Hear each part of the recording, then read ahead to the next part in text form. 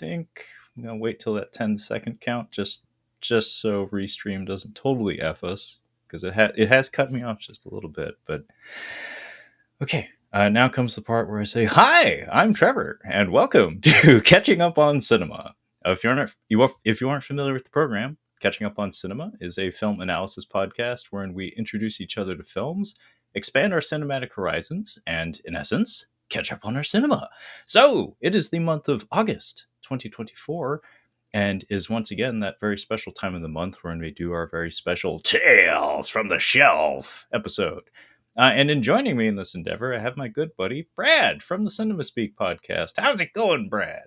It's going great. I feel like I always say it's great to be here, but I should say I should go a little harder. It's an honor to be here. It's an honor to be here, Trevor. Thanks for having me.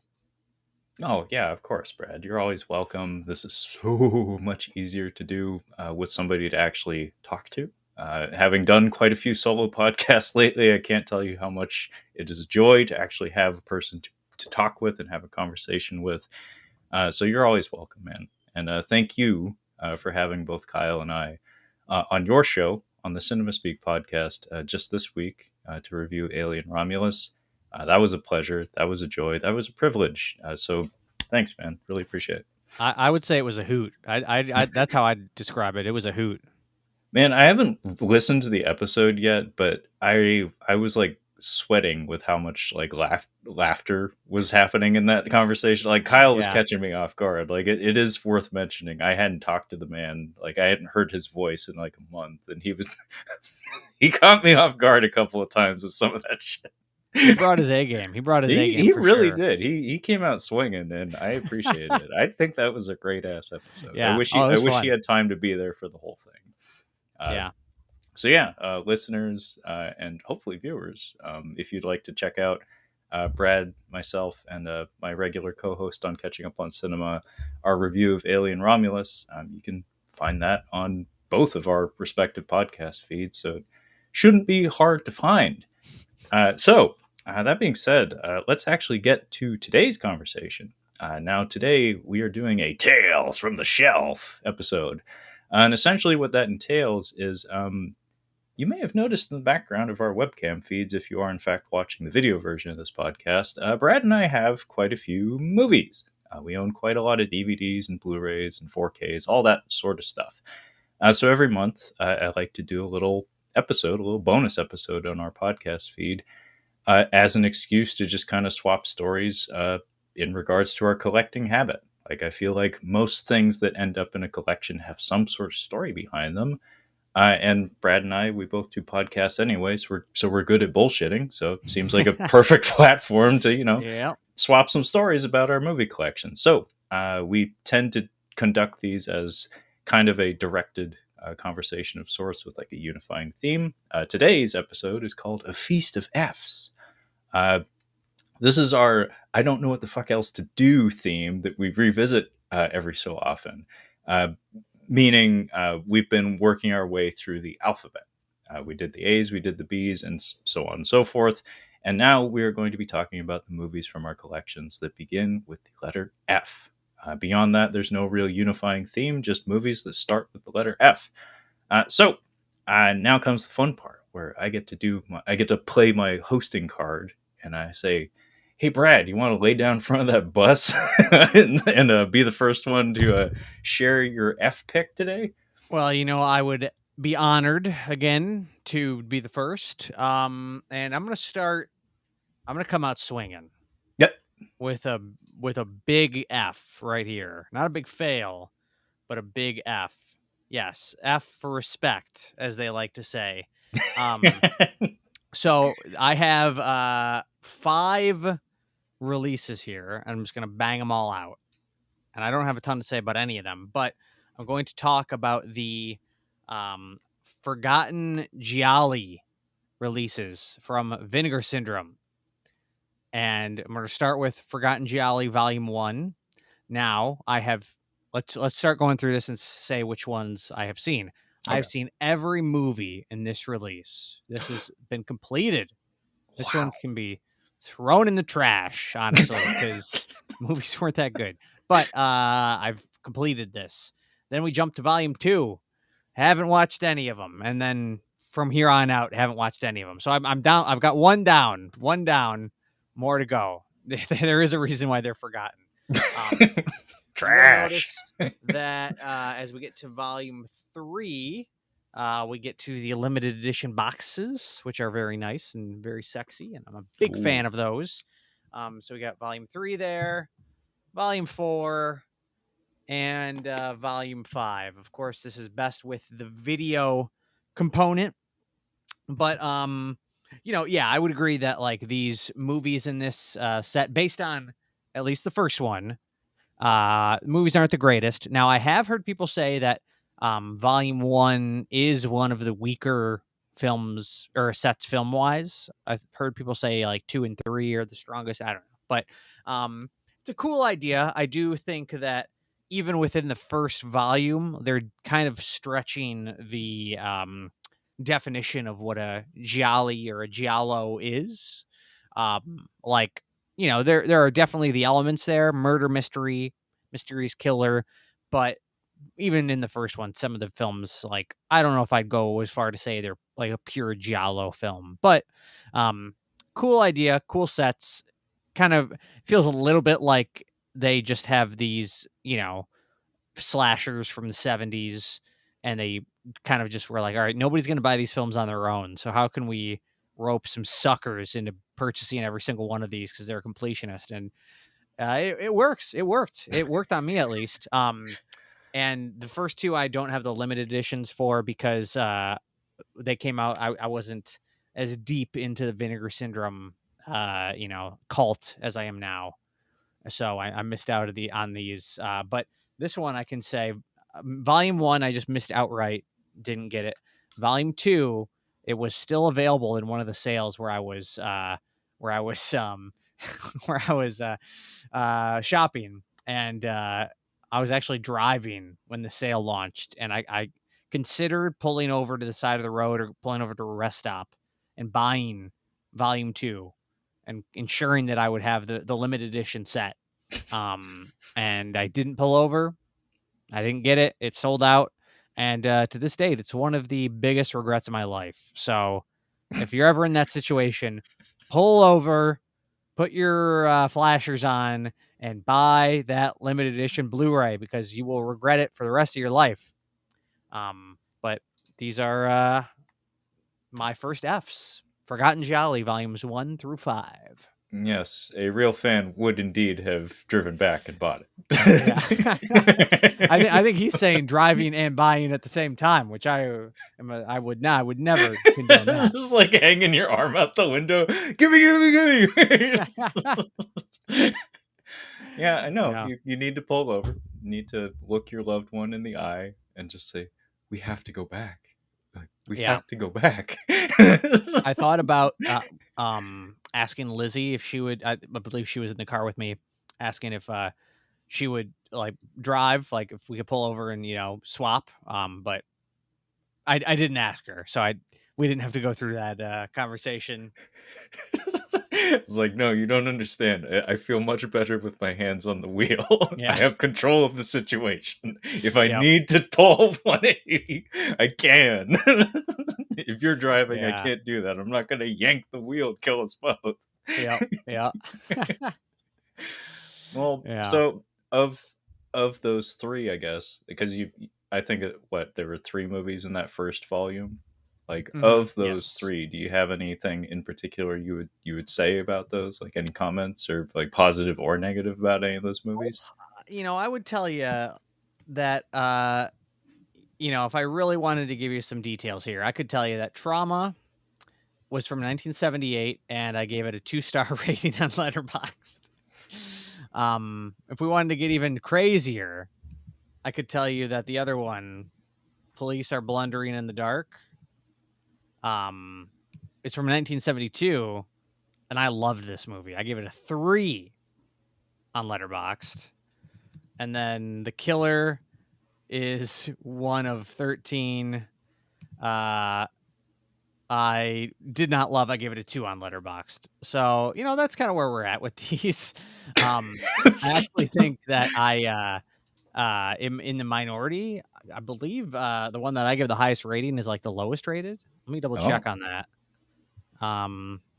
Yeah, Trauma is the highest rated out of these, at least on Letterboxd, has a 2.9 rating. And I will say, out of them, not that I remember much about any of these, but that's pretty much the only one where I remember anything about. I do remember the setup and it being like it's at a resort, like a kind of like a bed and breakfast type thing, and people keep checking in and they don't Mm. end up checking out. The other ones, I really honestly don't remember anything from them. But that one at least I remember a little bit, but I remember not being super crazy about it.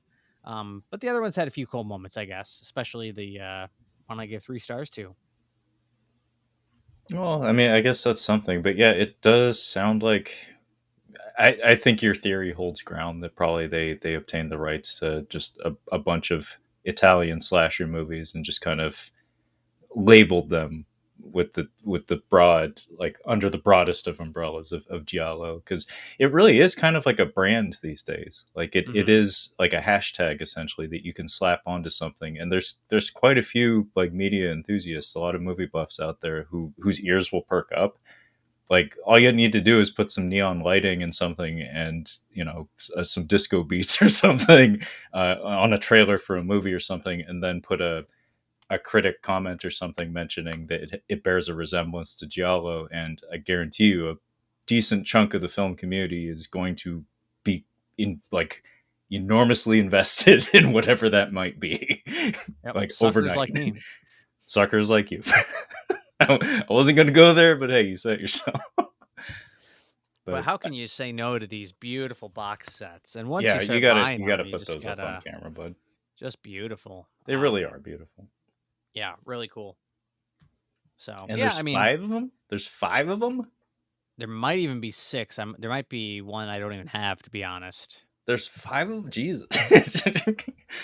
Yeah. And what Kino, don't they have like their own Giallo collection as well or something? Or is that Noir? Theirs is the noir. Okay, that's right. Um, there are actually 6 Forgotten Giallis. I don't have number 6 yet. Damn. I'm slacking there.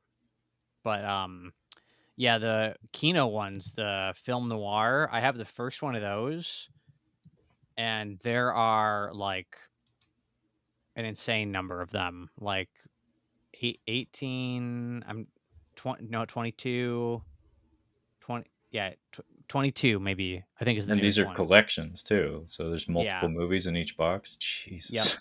And that's another one where like I think film noir is a little you can be a little looser with the benchmarks of the genre. Yeah. It's a little bit more of like an era, but even in that first one, like watching some of the movies, I'm like, I wouldn't immediately think like this is a film noir in a hardcore sense, but it is from that era and it is a crime movie, I guess. So I guess technically it fits. Um,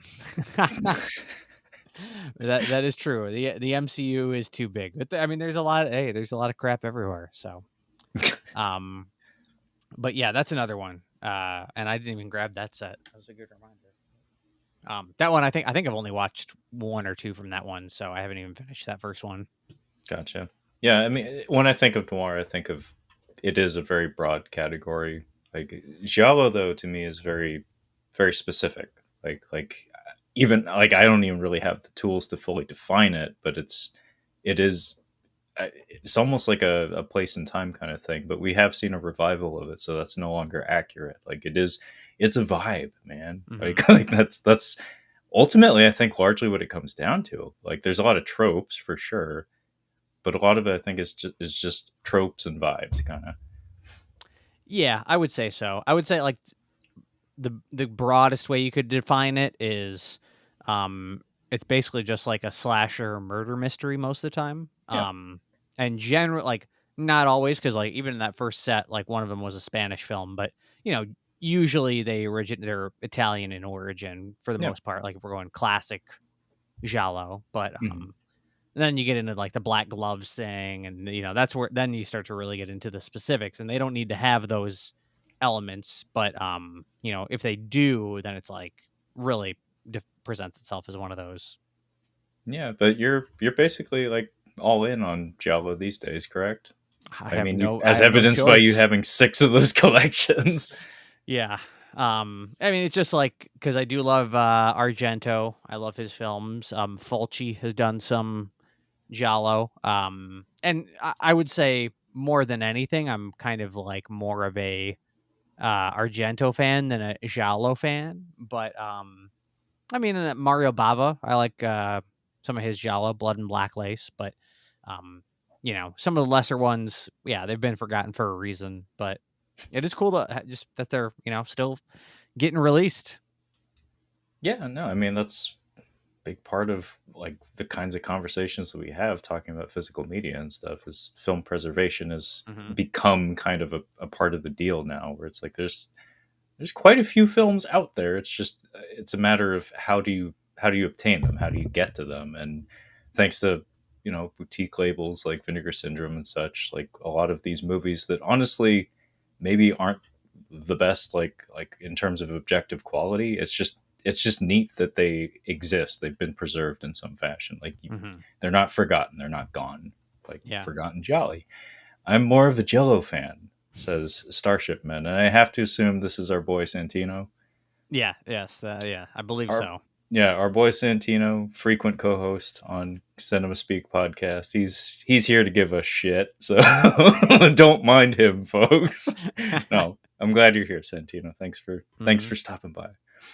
Okay, so I suppose the pick is to me, and as is yeah, hell yeah, man. Of course you're welcome. Uh, as is usually the case, I'm going to throw you something familiar, but also very, very different from what Brad just talked about. Mm. I'm actually kind of shocked, Brad. I'm looking at, I pulled out literally every F title I have. Santino says, hell yeah, I got to keep you guys in line. Yes, you True. do. You got to keep us company because this live streaming business it's kind of tough when you're streaming to nobody. So thanks for commenting. Appreciate it, man.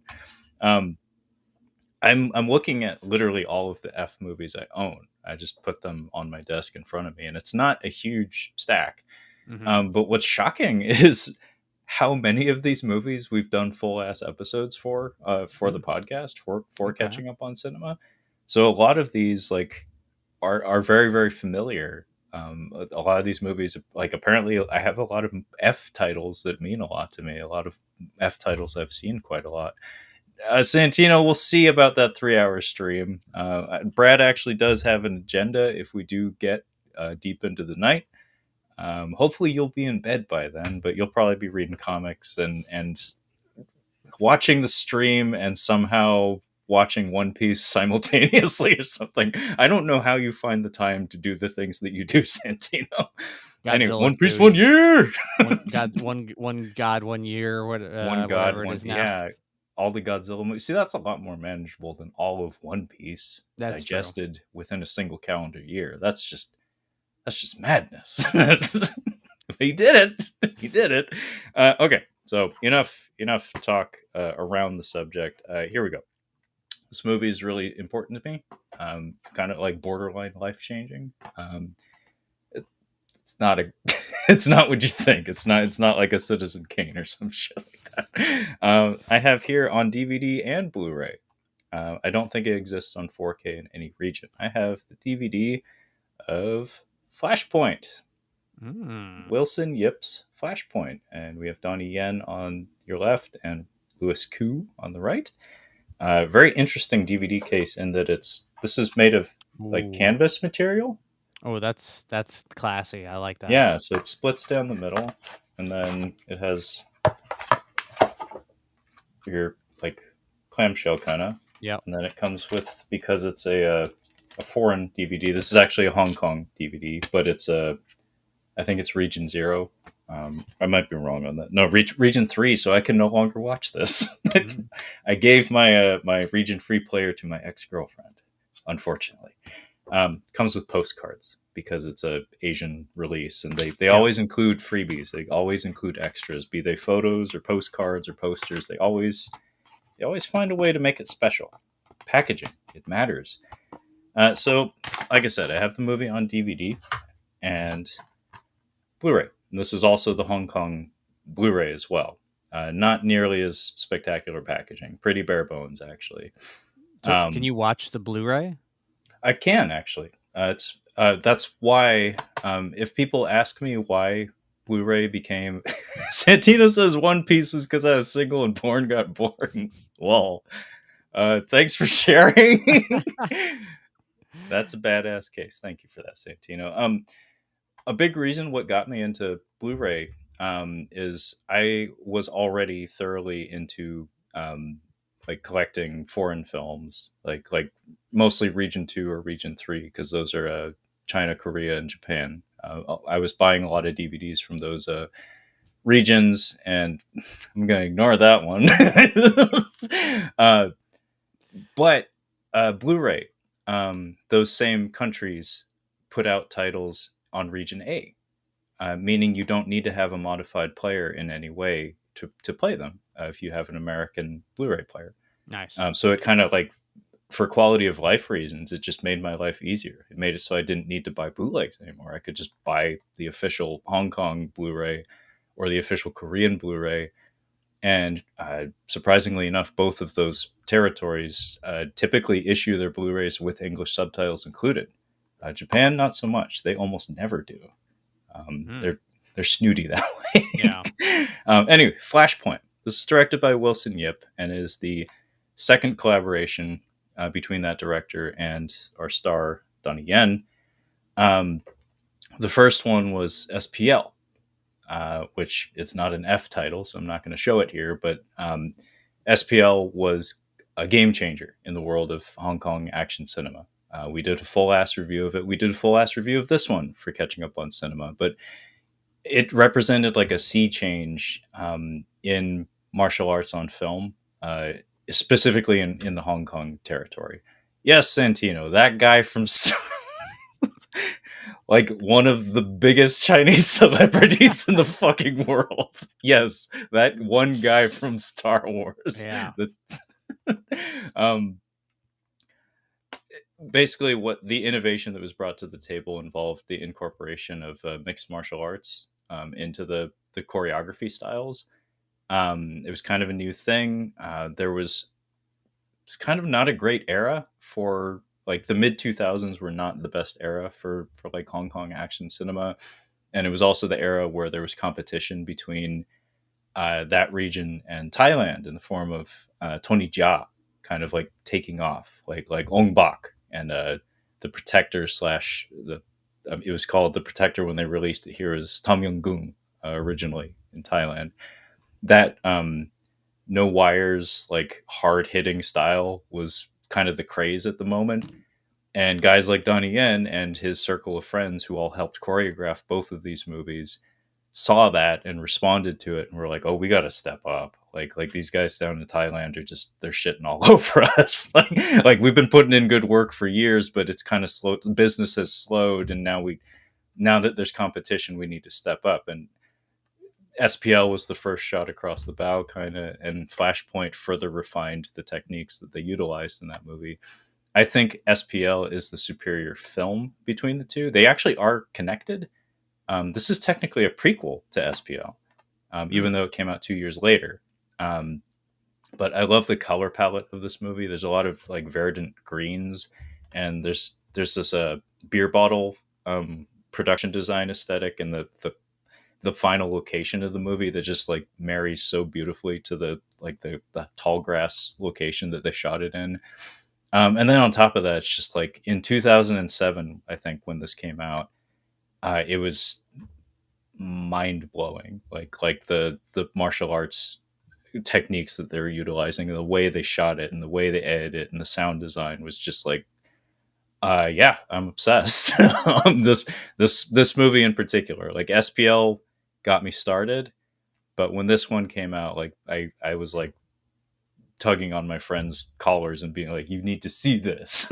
Like, we need to camp out in front of the TV and watch this scene 50 fucking times because this is my shit now. I'm all about this." And forevermore, that's kind of been the case. So I adore this movie. I love this and SPL. And also, I mean, Donnie Yen, obviously, he's become the guy.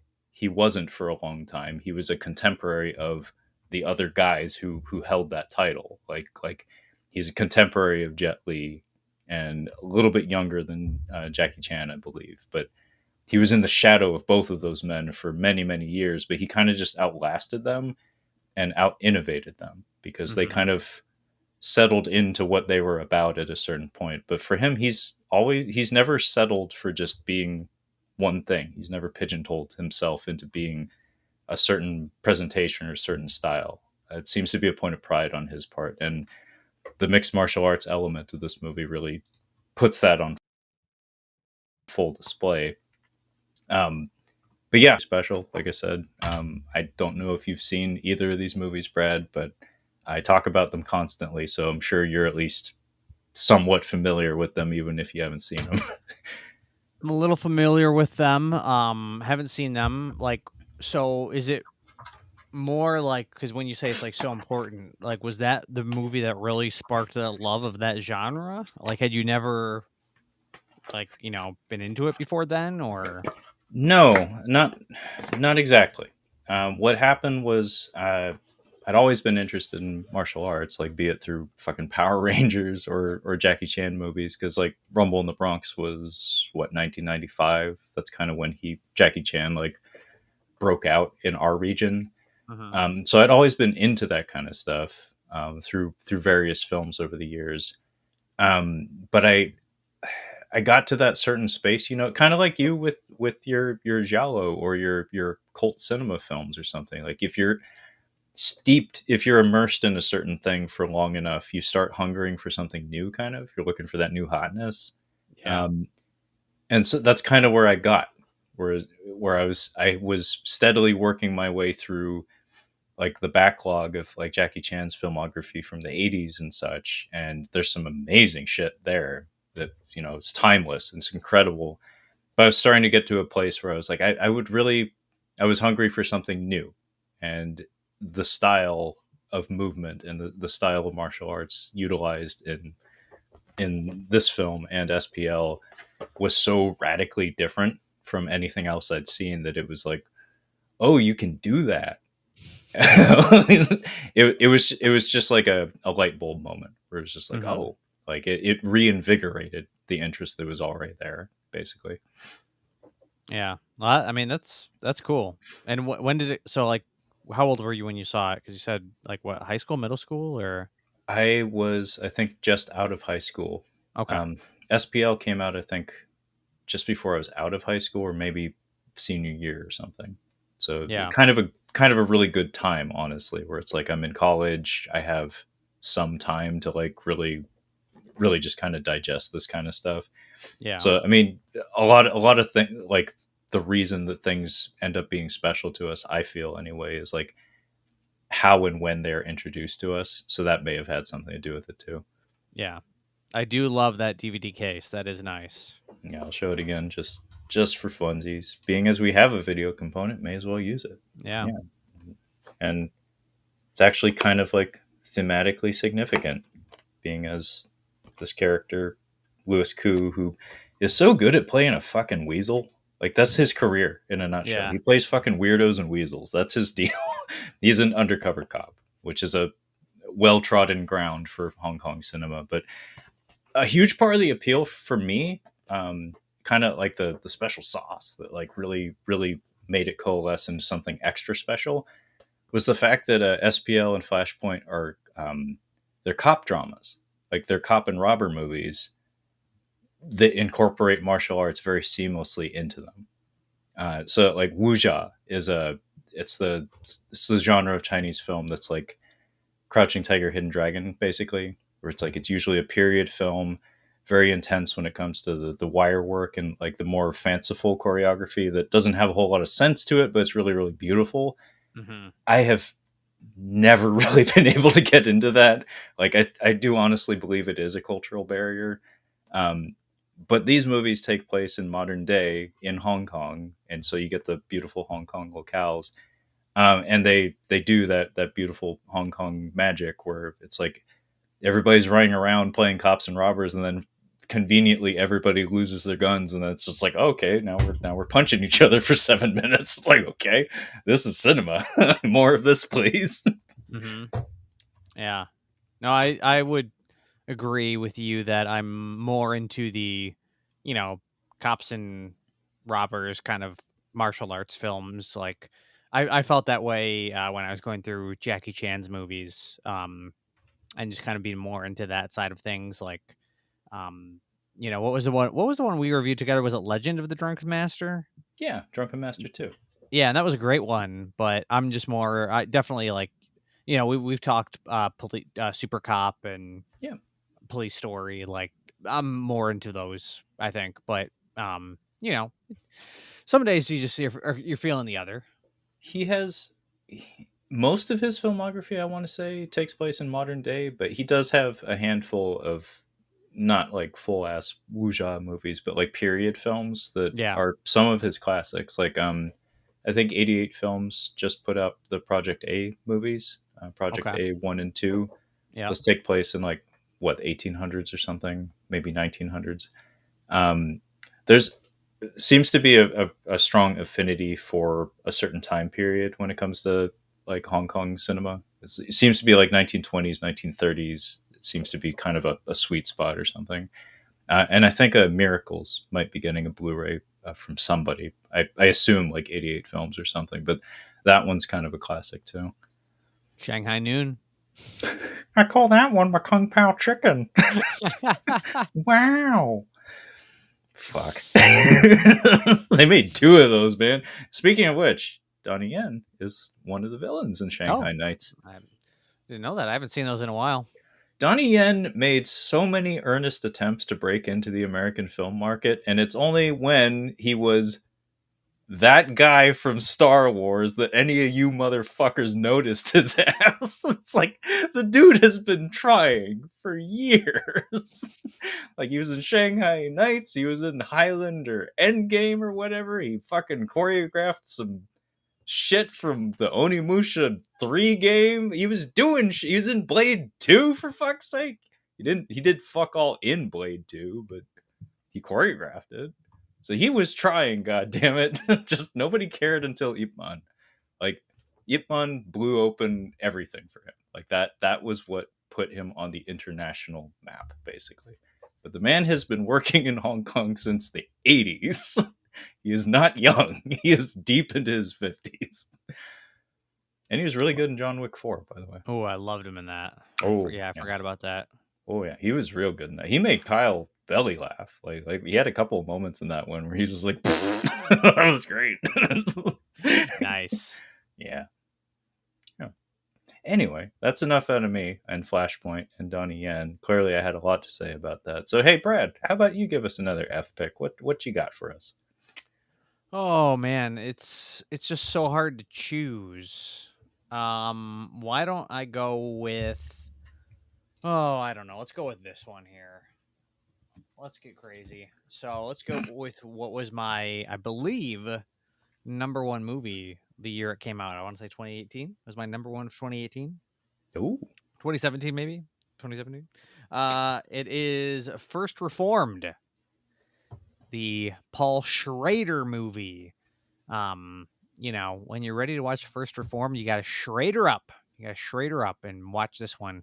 Um, and This movie was certainly a return to form for Mr. Schrader, but I would say I didn't really even know much. Like, I knew Taxi Driver, I had seen some of Hardcore, and that was about it. I think I think you wrote Raging Bull too, so I had seen Raging Bull, but I wasn't that well versed in his filmography. But I went and saw this, and I was kind of blown away by it. I thought it was just a really interesting, unique story about a guy, and I kind of loved the ideas of mixing um, religion and environmentalism and like the crossroads, the crossroads that this priest could be at, and the idea of like a priest who looks at the earth as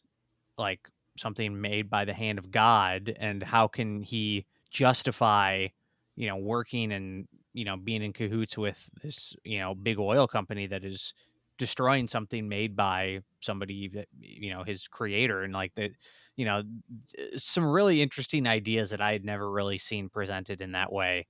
And Ethan Hawke is amazing in it. And it's not like an action-packed, nothing crazy in this one. It's just a quiet character study, quiet drama, but, I was a big fan, and, it's one that I've still, still continued to sit with. The other films in his, Man in a Room trilogy or whatever he calls them are good. I don't think they're as good as this, and I don't know if that's just because this was the first one in this kind of renewed Schrader period. I don't know if I give it the benefit of the doubt, but I do feel like the ideas in it are more interesting than the Card Counter and Master Gardener. Um, they're all good, but I think this is the strongest one, and a great ending as well. Yeah, I remember reading a lot of really great things about it. I haven't had any of it really spoiled for me, so I barely even know what the subject matter of it is. But I remember a lot of positive buzz. Like it came across my desk, and I was like, "Oh, that sounds really neat," or at least it seems people feel that way about it. But Paul Schrader, he's.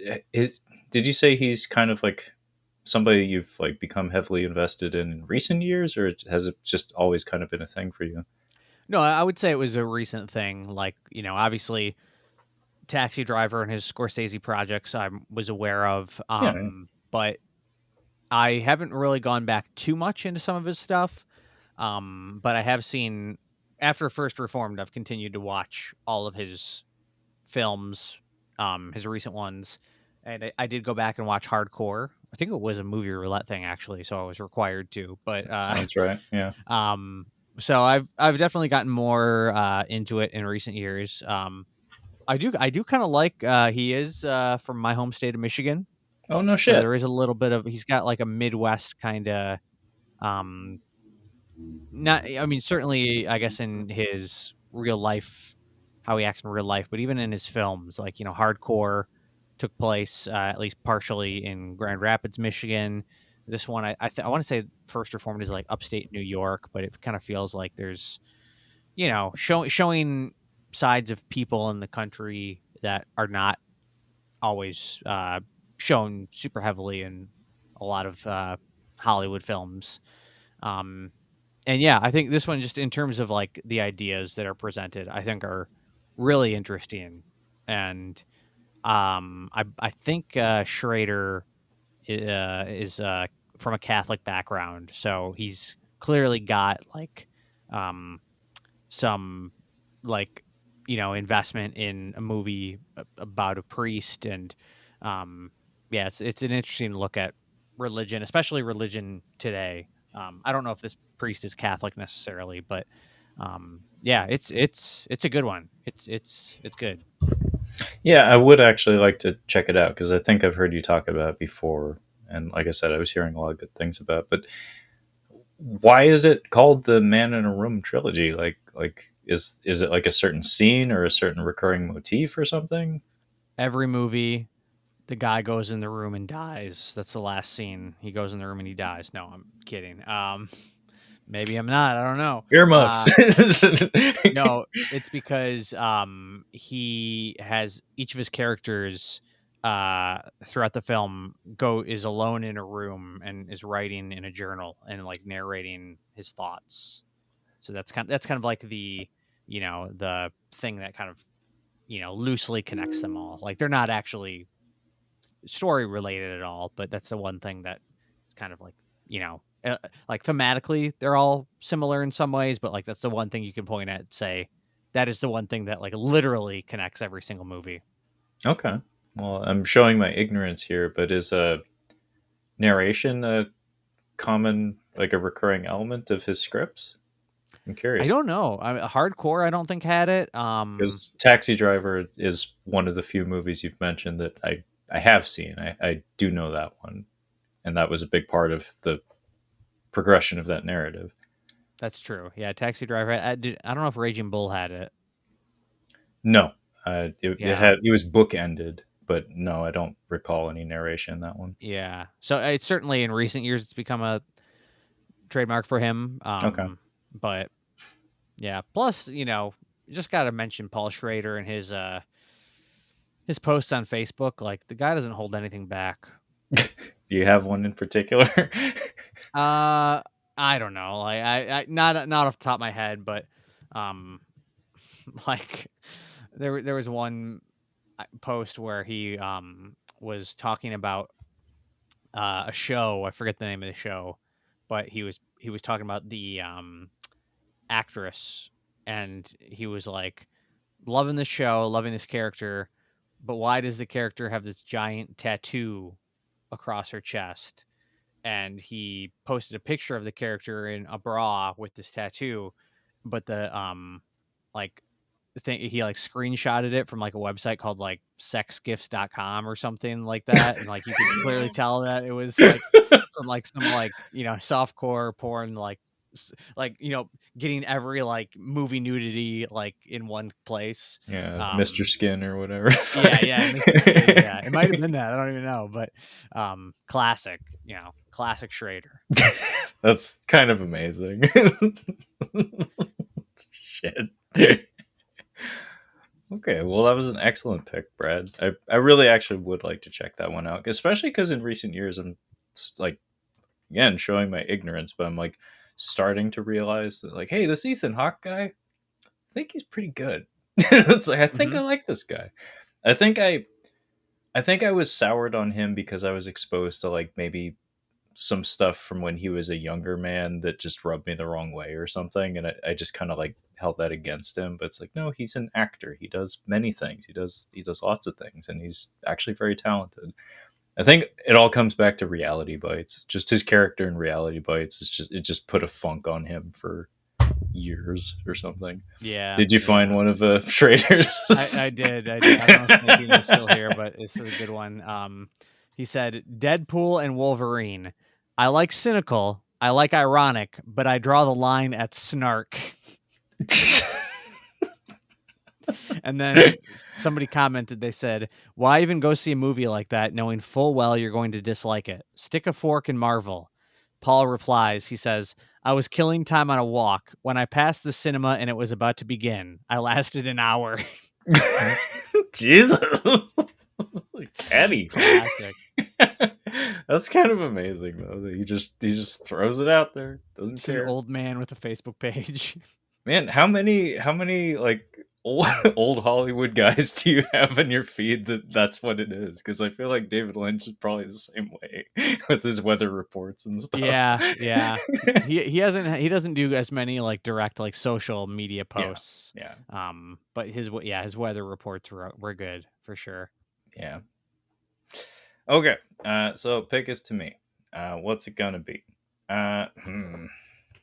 Well, I really am shocked by just how many of these movies I have in front of me we've done full episodes on. So it's like I'm trying to take a look at some stuff that we haven't taken a look at before. So you know what?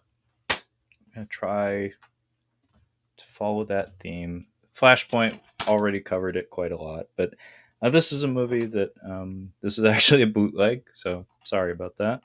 And it is also on DVD. So again, sorry about that, Brad.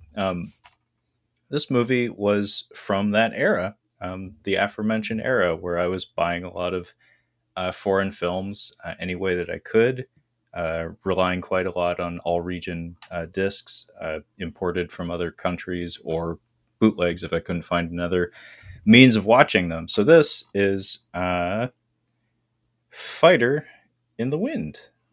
And this is on DVD, as I said. This is a period film.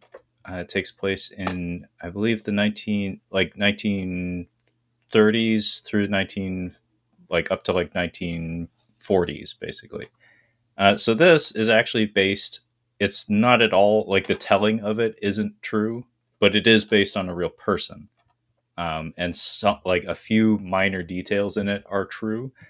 But this is about Masatatsu Oyama, who in this film is referred to as Choi Bae-dal.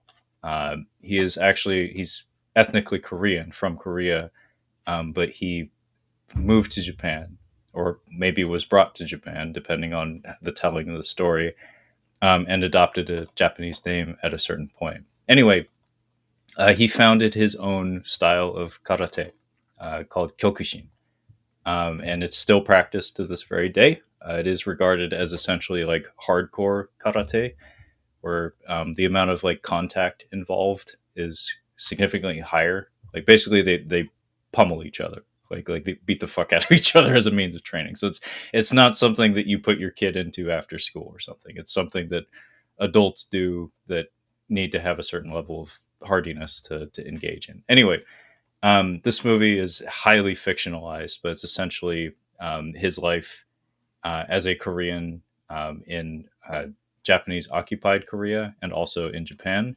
So there's quite a lot of prejudice and racism involved in the storytelling, where a lot of the Japanese look down on him.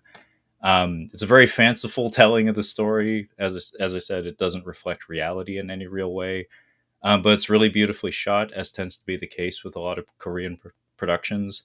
And the martial arts is pretty fun. It is done in that Korean style where it's very rough and tumble, where it's not especially elegant at times, but there's quite a lot of contact on display, and it has like an impact to it that's always welcome. Um, but yeah, the story progression of it is kind of like him just trying to survive as like a street urchin, and eventually he finds the martial arts as like a way of like uplifting himself and his community. And there's like the image you see here on the cover, him looking like that, all shaggy and training in the mountains, Rocky Four style, is a thing that the actual real life guy did. He did like excuse himself from society for like a year or something, maybe more, and he shaved off one of his eyebrows because it would be like a social taboo. It's like you wouldn't walk into a bar with one eyebrow because everybody would look at you cockeyed, like, what the fuck? What is your deal? So it was like just like a psychological means of keeping him up in the mountains. But yeah, he just like excused himself to live in the mountains for a long time, beat the fuck out of trees and lifted rocks, and became a very, very tough man. And then toured Japan, beating the fuck out of other martial artists to kind of prove the worth of his new innovative style. Um, but yeah, it's a highly melodramatic film. I wouldn't say it's like a classic by any means. It goes way over the top at times, but it's really well shot. And there was a spell in my life where I was really into that person, Masatatsu Oyama. Like I was reading up on him quite a lot and like digesting a lot of stories about him. And it just so happened that this movie existed, so I ran out and grabbed it, and it's pretty fun. I actually watched it with some friends in my college dorm, so I get to hold on to that fun memory of sitting on my bed watching this, this weird, over the top, melodramatic Korean martial arts movie with my friends in college. But it is kind of just like a biopic, right? Like it's about his life and story, and It is. It's super fictionalized. Like it's way over the top, but you know, it is based in some degree of reality. okay, yeah, yeah. No, I mean it sounds like an interesting story at least. Yeah, Is there like he's a folk hero essentially. yeah? Like there's a lot of those out there. So is there like actual action in it though? Like is it like Yeah, no, it's a drama primarily, but oh yeah, there's plenty of fighting. There's plenty of okay? martial arts in it. It is interesting the way that they choose to display a lot of the martial arts though, because there's like group action sequences. Like there's a gang fight situation where he's poor and living on the streets, and so he's hanging out with the other like Korean locals in that neighborhood, and they have a situation with like local gangsters or something. It's basically like the end of Green Street Hooligans, but in Korea. Is essentially what the sequence is. But after that, like when he hulks out and he becomes like the martial arts master that he's destined to become, they show a lot of respect to like his legendary status, kind of, because a lot of the fighting boils down to him hitting someone like exactly once and then they just crumple. Like there's one fight in particular where he like kicks a guy in the leg a couple of times and he doesn't break the guy's leg, but it's just like this eerily quiet scene where like all of that guy's students are in attendance, and he just kind of gets kicked in the leg a couple of times and he makes this face like, oh fuck, like this isn't gonna work out very well. So it's like it's very sparse in how it's choreographed, but it's like supposed to be respectful of like how much power the guy was supposed to have. um Sonny Chiba has done a few movies portraying the same character, the same man, and in fact trained under him in real life because he was a real person. It's they actually recently put them out on Blu-ray. It's the Karate Bear Fighter and Karate Bullfighter movies. There's also a third one called Karate for Life. But yeah, Sonny Chiba portrays the same character in those movies, and they are equally campy and over the top. Although he did actually fight bulls in real life. No confirmation of bear fighting, but he did actually fight bulls. Like that is a thing you can look up. What would be more impressive, a bear fight or a bull fight? I mean, either one. Like really, like I feel like, I mean, the bullfight, the way it was accomplished was he wasn't like fighting the bull to the death. Like it wasn't a death match. He wasn't like wrestling. He wasn't like getting a 3 count on a fucking bull. Was it like Basically, a matador kind of thing? Is that what it was, or like was he he would actually laying hands on it? he would chop their horns off. Like he would like put them in a headlock and just kind of like wrestle around with them and then knock their horns off, and then they would call a halt to they would like distract the bull, kind of like a rodeo clown type situation. It's like then they would call a halt to the contest basically. It's pretty badass. I gotta say, Yeah, that's he pretty actually did badass. it. Like it Mhm. is that is documented. The bear thing is totally fabricated. Yeah, yeah, Yeah. yeah, yeah. Anyway, Interesting making a movie about like that's kind of like an action movie, but a biopic. Like you know what I mean. It's kind of like an interesting mix, I guess. yeah, it's interesting the folk hero situation, because Hmm. that is a thing. Like we're about to get a Reagan movie, Brad, starring Dennis Quaid. I'm fairly certain they're going to fabricate some things in that. That's just the nature of things, and also like not to put us on a crazy tangent or anything, but I feel like that's the style of the moment, is because we, again, not to make a huge tangent of it, but because there's so much disinformation out there right now, and because information propagates so quickly, I feel like there's a lot of celebrity types out there who seek to make films or television series about themselves to control the narrative, basically. Where it's like you see a lot of self-financed documentaries about people where it's like, I can't trust that because you Yeah, paid for it. Like yeah. that's bullshit. Like I don't want to see that story. You're going to sugarcoat it in some fashion. And for fuck's sake, we have what, a young rock TV show? Like that exists to build a myth.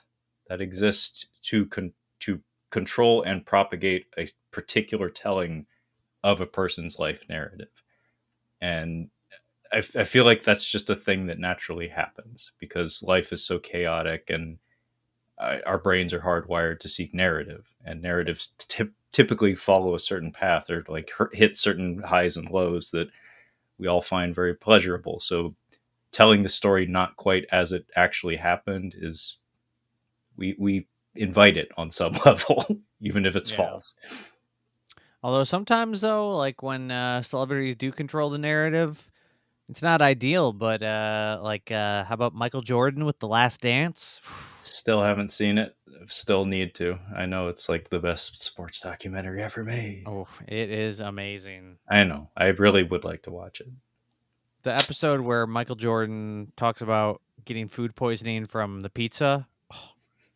Nothing. There's nothing better in cinema than that episode. You're speaking to me, Brad. You're speaking my language. Food poisoning, pizza, sports. Fuck yes. He's like, we had to kill some time before the game, so we ordered pizza, and I know it was the pizza that made me sick. Wow, you remembered. Never forget. Oh, it's a classic episode. Well, I'm looking forward to seeing the Dennis Rodman and Carl Malone at WCW, Mm. because Kyle has seen The Last Dance, and I'm a big wrestling fan from that era, like specifically like the 1998 era.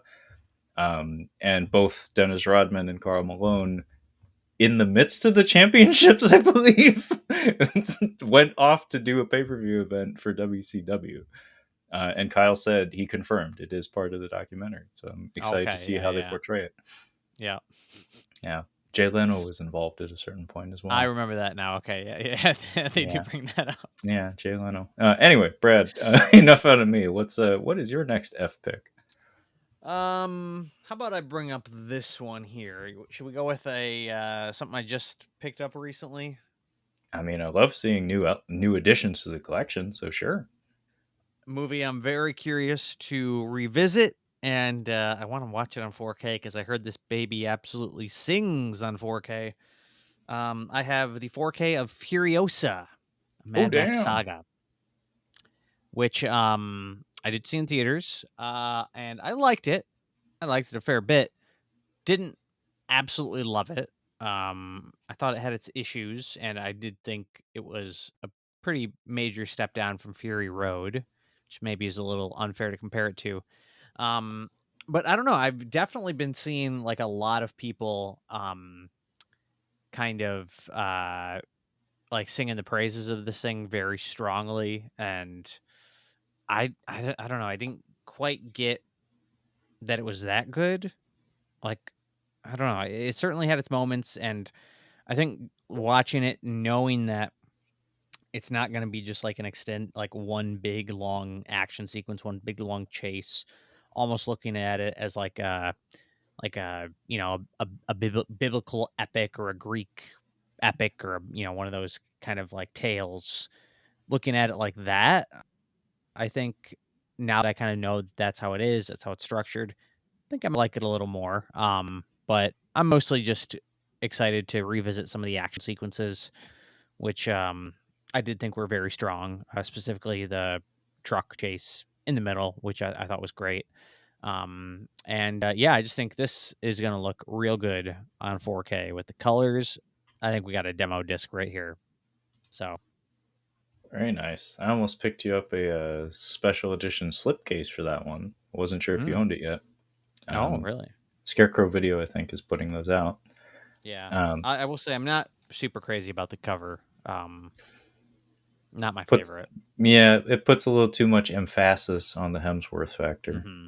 It's like Yeah. maybe put Furiosa in front of the logo. It's like- but I think it sounds like you and I probably see fairly eye to eye on this one. Because yeah, I liked it, but I didn't adore it. I didn't love it. I felt like there was just something a little bit off, a little something missing. So, a lot of it had to do with like the rhythm of it. It just felt like the foot was taken off the gas a little bit, Hmm. in a Yeah. way that was not pleasurable. Like it wasn't welcome, I guess. And that may just be me wanting to see, a different movie, like me, carrying too much of Fury Road into the experience. But I honestly don't think that's the case. I think it is an execution problem. Where if you look at some of the imagery in Fury Road, there's some balls out stuff in that one that I think visually kind of, and viscerally also kind of blows Furiosa out of the water in some respects. I did like the truck chase, but even that, just something about the rhythm of it just wasn't as, forgive the term, furious, Yeah. as I've seen in the other Mad Max films, and it just kind of felt a little floaty, like just something was off. I couldn't quite put my finger on it, but on the whole, yeah, I think your description of it being like a biblical tale or something like akin to that, like a legend, Hmm. um, is the correct lens to view it through. And actually, I was joking with my friend when we walked out of the theater. I was like, that was basically Conan the Barbarian with trucks. And I don't think that's a flaw. I don't think that's a weakness. It's just if you really break it down to like its bullet points, it does bear a very strong resemblance. But the reason it does is because that is like legendary storytelling. It's well trodden ground. It's a story. It's a tale as old as time, just with a new coat of paint on it. Yeah. But yeah, I liked it, but I don't know. I didn't have like a whole lot of enthusiasm coming out of the theater. I was like, that was nice. And that was kind of the extent of it. And I don't know about you, but I definitely felt like, um, obviously there's some stuff in Fury Road that, the visuals and the effects can look a little artificial at times, but like I definitely felt like there was some shots and specifically moments here that felt very, and I don't know if it was on purpose, but like, like overly stylized to the point where it kind of took me out of it a little bit, like where things were just, I don't know, like sometimes I liked it, but like things were almost like the colors were too pronounced, and it felt a little. It was like more artificial. It felt more artificial to me, and I'm assuming that was like an on purpose decision. But I don't know if I totally like the decision, and maybe it was my viewing experience. Maybe it'll look better at home on 4K. I don't know, but that was something that definitely a few times took me out of the movie. Yeah, there is the artifice of it is more evident, I'd say. Some of the early stuff in particular wasn't a good introduction to the look and feel of the thing. Yeah.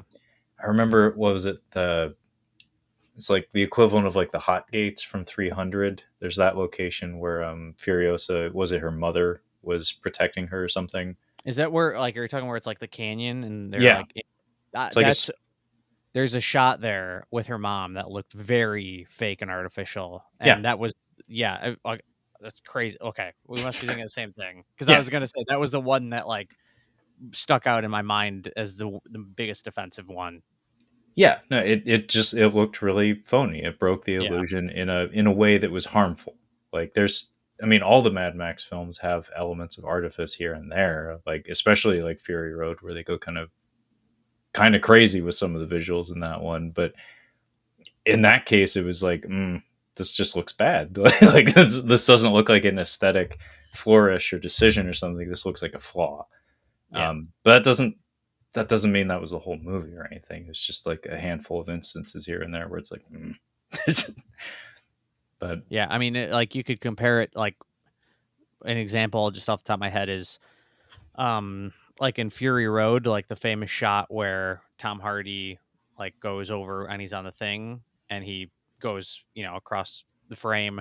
And obviously like he's like comped in, like it's not one shot, it's two shots stitched together, but like whether it's just because the shot is so badass you don't even notice or think to notice, but like, that looked like that's an example of, something artificial, but I think it just worked way stronger in Fury Road than some of the stuff in Furiosa. But I still like Furiosa. I want to make that clear. I really liked it. you sound like me talking about Alien Romulus. It's like, just so we're clear, I still like this movie. Yeah. Hmm. All the bad things I just said, I still like this movie. Please don't come for me. Yeah. The fan guys in that truck chase, I think they carry a lot of weight for me in this. They're pretty cool. No, that truck chase in general was just really cool.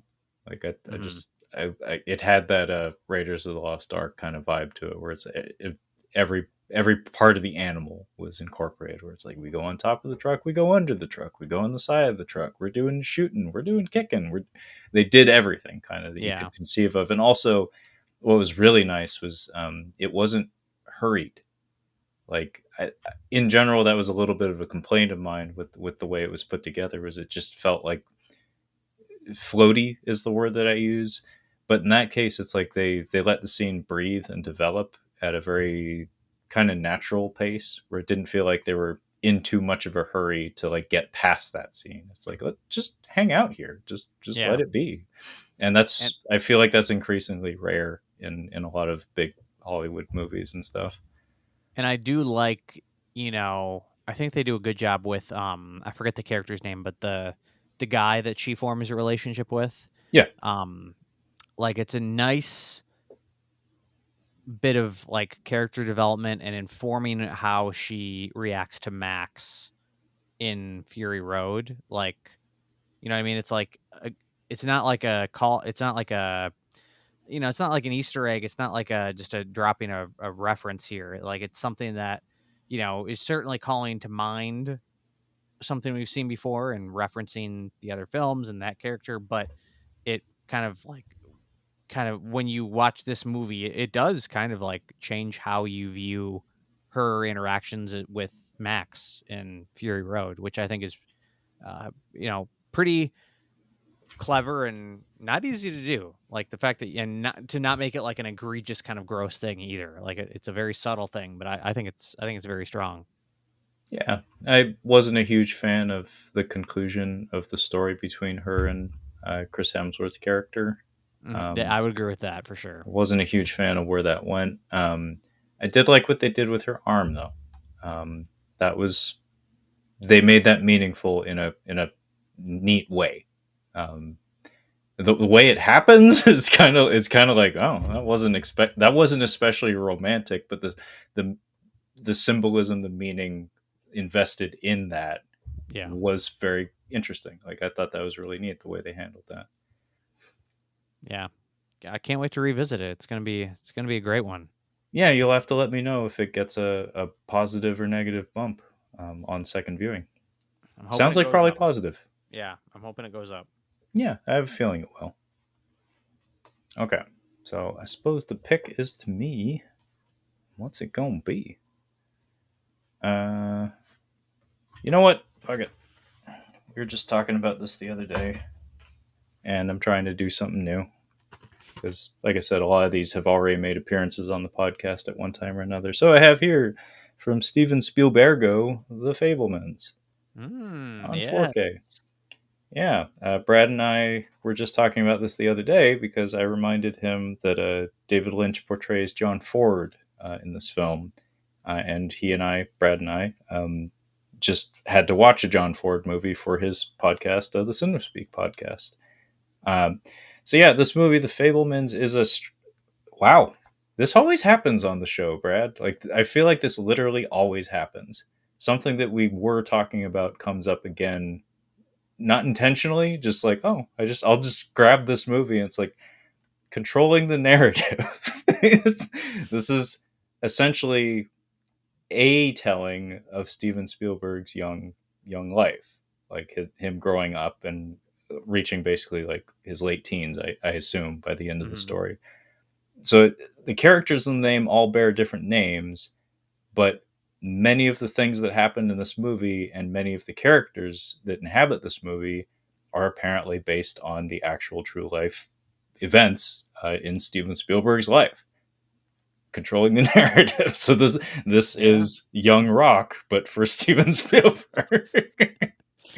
But for what it's worth, nobody really talks about this movie, including Brad. But I've seen this movie only once. I blind bought it because I read the concept, and I said, "Yeah, I want to see that."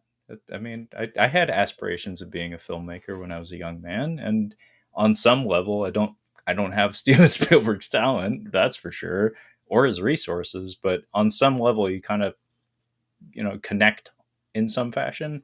So I was really curious to see how this played out, and I like it. Like I like it quite a lot, actually. It has grown on me, and I'm actually probably going to end up rewatching this very soon, just because it's been on my mind recently. And there's a handful of scenes in it. The whole movie isn't great, but there are a handful of scenes in it that truly are. The Uncle Boris scene is a showstopper. I think Judd Hirsch, did he get an Oscar nom for that? I think he I think did. he did. He was definitely in the conversation about it, but I think he did. Yeah. Yeah, Judd Hirsch, who is in the film for like 8 minutes, maybe, if that. He has like one major scene in the movie, and it's incredible. I have watched it many times. Both the girlfriend and I had a very long discussion about it after the fact, just because it was very compelling. Um, it's a very schmaltzy movie, very hokey. It's very melodramatic. It's not representative of real life. It is a fantasy in that regard, so it does have that Spielberg charm to it. And I think the corniness rubbed some people the wrong way. Like it just didn't work for them. But for me, it worked. Like normally I don't go for that kind of stuff, but for some reason, maybe it's because I'm getting older or something. This worked for me a lot. And Also, it like occurred to me that the structure of it, I think really all it is exactly what I just mentioned. It's a collection of a handful of moments.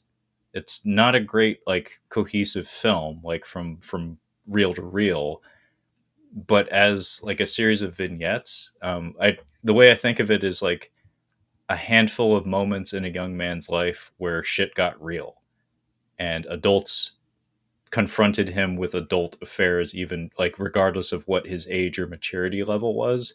Quite a lot of the movie is shot in that way, where it's like the way it's shot is really compelling in that way, where it's like it's almost like confrontational and like frightening, which is something that Spielberg throughout his entire career has had a knack for. He loves scaring kids. He really does. The man loves scaring kids.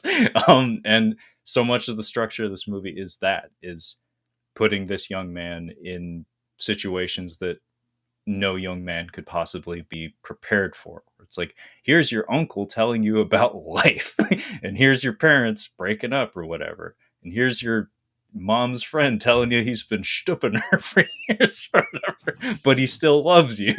Nice. And it's that basically that's where the Yeah. movie sings, is where there's a certain rhythm and a certain angle that the cinematography and the editing take on, where it's like shit's about to get real. And those scenes are beautiful. The in between stuff is, it's fine, but yeah, I really like the Fabelmans actually, and I am excited to rewatch it. But how about yourself? Did it leave any sort of impression on you? Yeah, I mean, I don't know what that dig was about me not talking about it. Well, you As if forgot that like I your hate the favorite director Fablemans. or whatever was in it. Well, that's true. That's true. I did forget about that, but I didn't forget he was in it, but I guess I forgot it was John Ford or whatever. But anyway, no, I like it quite a bit. I wouldn't say I absolutely loved it, but no, I thought it was very strong. And it's like with Spielberg, like, yeah, you can fault him for some of his schmaltiness and being a little overly, um, just empathetic, I guess, and emotional. But Sentimental. yeah, sentimental. That's what I'm looking for. But like, some of the things he does with, blocking and just like character motivations and, really is telling the story in really subtle, efficient ways. Um, and even like I think the moment from that movie for me that stands out, which I think is really good and definitely is kind of like a subtle. I mean, it's not subtle because it's like a scene, but they don't like hit you over the head with what you're supposed to take away from it. Is the scene at the beach Mm, where he mm. films the bully and the fact that he like films him as a, and I can't remember if the scene plays out like, do you have a, is there like like a mystery, like is there like you're wondering if he's going to make him out to be a fool? I can't remember. Is that I how it don't plays remember or that being the case. Maybe it was me being ahead of the movie, yeah. but I was expecting exactly what happened. Like Yeah. I don't remember it being a mystery. Maybe it was intended to be that, but I I could be wrong, my but memory of it was that like I was like, oh, he takes this shit serious. Like he's gonna make him look like $1 million.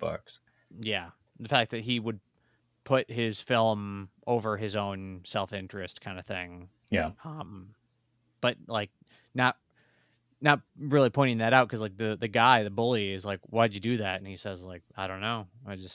That's how I shot it." Like he just had no other choice but to Well, he make a wanted to make a banger. good film. Yeah. He want like again, everything calls back to what I was rambling about not too long ago. It's like there's something comforting about a structured narrative as opposed to the chaos of real life.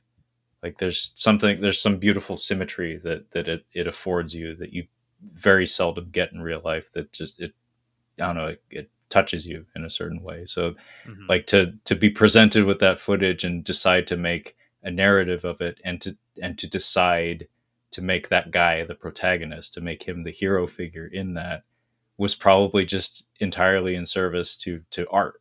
It's just like, oh, it just made sense. It's like the way you were shot, the way the light caught you, the things that you did that day. It just made sense to make you the hero because all the footage I have is singing to me and telling me that's what needs to happen with it. And the guy's just like, the fuck are you talking about? It but nothing but awful to you. He's like, yeah, I don't know what I just stepped into, but It's like we don't really do therapy at this point in American history, but like maybe look into it. yeah.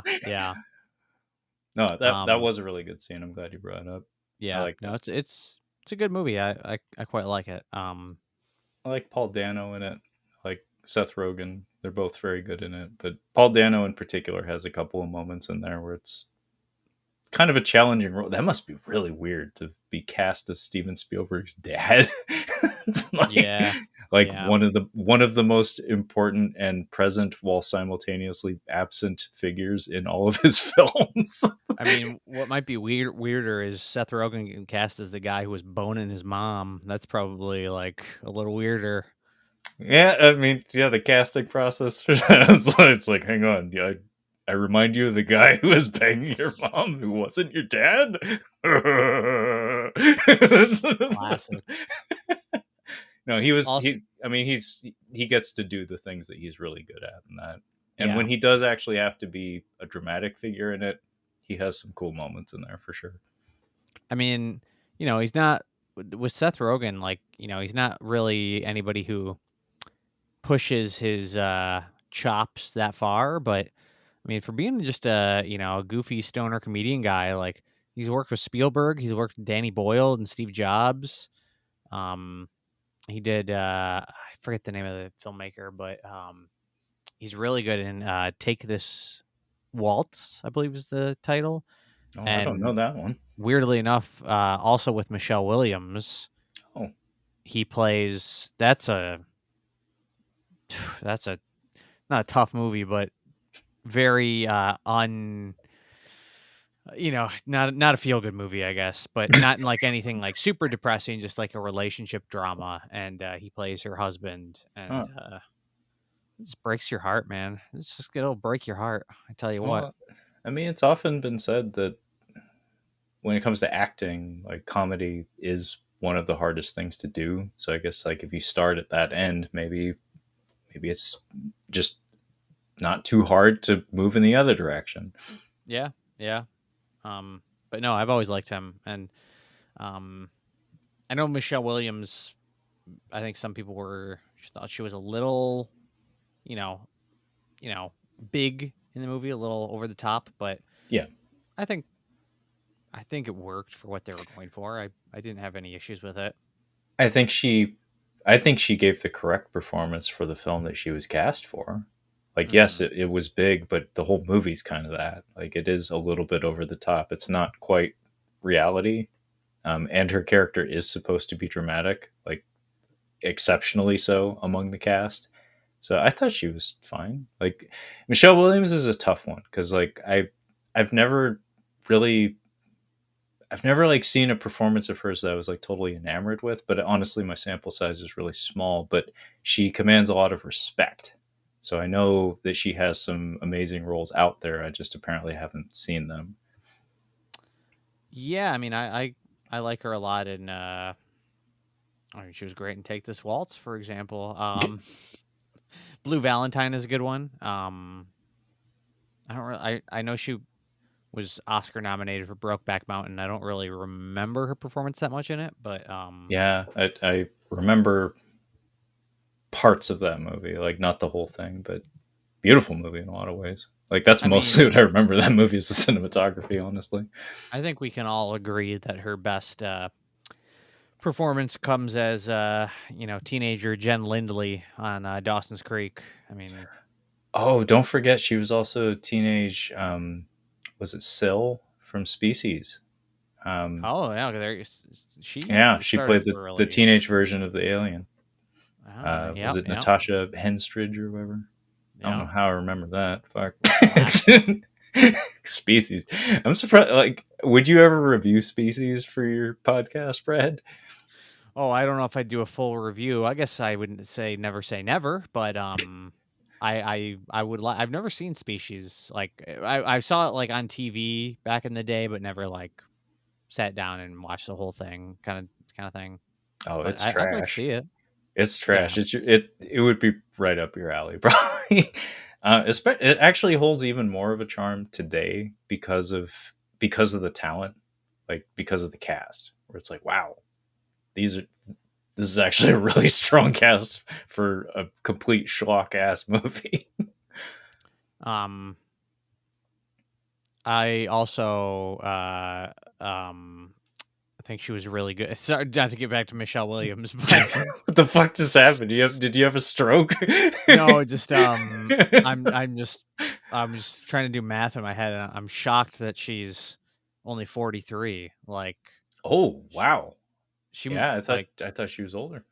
yeah, I unless Wikipedia is wrong, but Well, think about it. Species came out in the like mid to late 90s, like 97 maybe. And she was yeah, a teen. Like she legitimately looked like she was a teen. So yeah, I guess that tracks. but she I think when I'm losing it. When What the fuck is happening? when Dawson's Creek, I believe she was the youngest member of the cast, if I'm not mistaken. Oh, I I never watched that believe. show. But wasn't the thing like he was an aspiring filmmaker or something? Oh yeah, Steven Spielberg was his favorite filmmaker. I don't want your life. James Vanderbeek. That's what I Yeah, always think of when I think of James Vanderbeek. I don't want your life. I remember there's a scene in Dawson's Creek where he's I think it's in the years where they go to college, because I've seen every episode of Dawson's Creek actually. Okay. I Um, mean, no judgment. I've never seen it. it was classic. I was going through I watched that in the OC. I was going through a phase. Oh, my Um, friends used to watch the shit out of that. They were like, "Is he gonna punch somebody this episode? Because he always punches oh somebody." yeah, yeah, love the OC. No, so I think it's when Dawson goes to college in the later seasons, and he goes to film school, and he gets there first day, and they're like, it's like like the kids are wearing berets, and they're like, So so who's your yeah. favorite filmmaker? And he goes, Steven Spielberg, all like optimistic, and they're like, oh, why don't you pick somebody with a little more style? And he goes, style is fleeting, art is forever. Wow. Classic. Wow.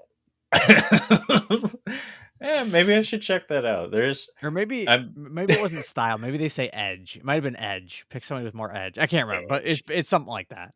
Yeah. Classic.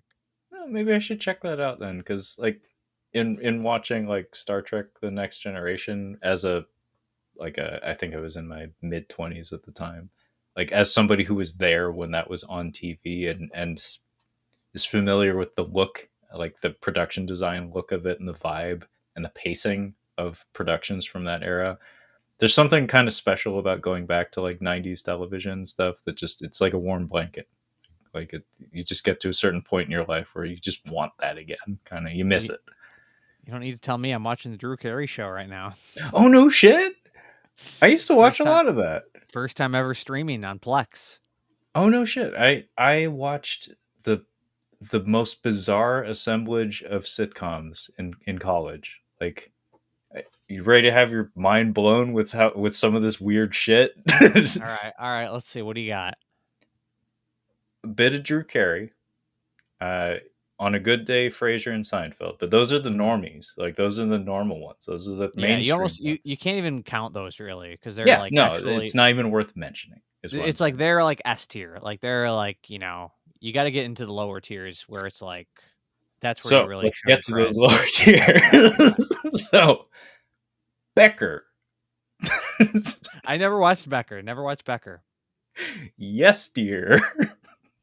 I watched Yes Year. Yep, I watched a lot of You Yes Year. must yes, Mhm. dear. Mhm. Do And you yeah, ever remember the episode where they classic episode where they turn their couch around? Do you remember that episode? I don't remember that one, but I did watch quite a lot of it. They put the couch in the TV, they face it so their backs are to the, audience, and classic episode. And one more, just shoot me. Yeah, I never watched that one really either. Yeah, it was David Spade was kind of the headliner on that one. Mm-hmm. But Yeah. yeah, it just had to do with like when my classes were out. That's what was on. So I had no actual affinity for them. I just I just watched them. Mm-hmm. Becker, fucking Becker. Was he a doctor on that? Yes, I believe he was a doctor. I did watch one episode of Becker in the last couple of years. Actually, I did watch one episode. I remember now. I mean, if you like seeing Ted Danson be an asshole, it's great. What more Yeah, could you ask for?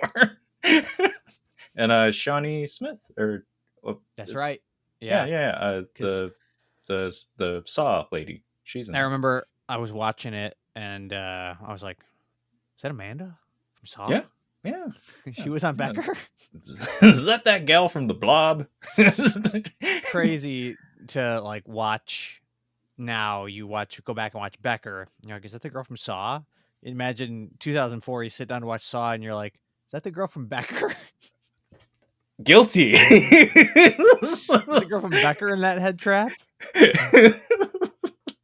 Well, I mean, shit. I spoilers for catching up on cinema programming. We're going to be talking about the Hannibal Lecter series of films in September. So I'm actually in the middle of rewatching Manhunter like today because I got to hustle to digest this shit. The guy who plays Bulldog on Frasier is in a board meeting Hmm. in the movie, and also Chris Elliott, Woogie from There's Something About Mary, Mm-hmm. Cabin Boy himself, is just in a random board meeting in Manhunter, in Michael Mann's Manhunter. What the fuck? Everybody was fighting to get in Manhunter. Apparently, like it does have a pretty stacked cast, especially in retrospect. But anyway, are do you want to do one more pick, Brad, or should we just head into the speed round so you can get to your Vinegar Syndrome sale? Well, it's up to you, man. I mean, we can. You want to do speed round? How long do you think speed round will take? 15 minutes? If we do, I I think I can get you out of here in time for your Vincent sale. yeah. Um, I mean, I can do it while we're here too. So I mean, there's no pressure. But yeah, we can go speed round if you want. Okay, yeah, because we're I don't even know where the fuck this conversation is anymore. We're very. I mean, it's almost midnight here. We're being very loose. Well, you're staying up for a reason. You got a mission. Oh yeah, So this is good. I needed this to keep me up because if I all fell right. asleep on the couch, it'd be bad. So, folks, dear listeners, and hopefully viewers, all three of yous, you silent people out there who haven't said anything, what the fuck? Now comes the portion of the show where we're going to progress to the speed round, wherein essentially we're just going to take all of our could have been picks, our runner ups, if you will, and just kind of blow through them without like as much extended conversation. We'll still talk about them for sure, but we're just kind of going to speed round them. Oftentimes, this process does take a while. I'm actually going to go first, Brad, just to I don't know, give yourself an opportunity to go as fast or as slow as you would like. And feel free to jump in with comments as I go, but I'm going to try to go fast so we can get you to your Vincent sale here. Um, I have here on DVD previous episode of Catching Up on Cinema, Fatal Fury, the motion picture, and Fatal Fury Double Impact. These are anime based on the video game series of the same name, Fatal Fury, or Garo Densetsu. They're actually making a new entry in this series of games as we speak. It should be out very soon, like within the next year, I think. Really? Oh wow. Yeah, I'm really I don't think I excited. heard of that. Fatal Fury it was an offshoot of Street Fighter kind of. Well, I no, mean, I it's should not. say I've heard of it. I didn't know there was like I haven't heard of the new one. Is what I mean. Oh, Yeah. I mean, it's a fighting game. They're kind of niche. It's a niche genre of game. So like, if you're not like immersed in that world, it's probably not something that's going to float across your desk. Honestly, I have also on Hong Kong DVD, but it's all region and English subtitled. 14 Blades. What do you think of this cover, Brad? It's oriented this way. Not crazy about it. Yeah, it bothers me. I don't like it. And this Very full of themselves to think that that movie is going to be the one that you display horizontally on your shelf. You know what I Yeah, mean? the one. No, You got this that's a movie lot of is. self-importance. And it doesn't help that the movie's pretty mediocre, but this was in the midst of Donnie Yen's kind of like breakout period in the late 2000s. So I was just basically, if it had his name on it, I was buying it. That is a Wuxia film, and yeah, didn't quite work for me. Mary Shelley's Frankenstein, technically not a F movie, being as Mary Shelley is part of the title. Um, but the Kenneth Branagh Frankenstein is, I think, a very funny film for all the wrong reasons. It makes me laugh. It tickles me. It just does. It's hard to explain. I have Fatal Move, which is a really, really low budget and not very good Chinese triad film.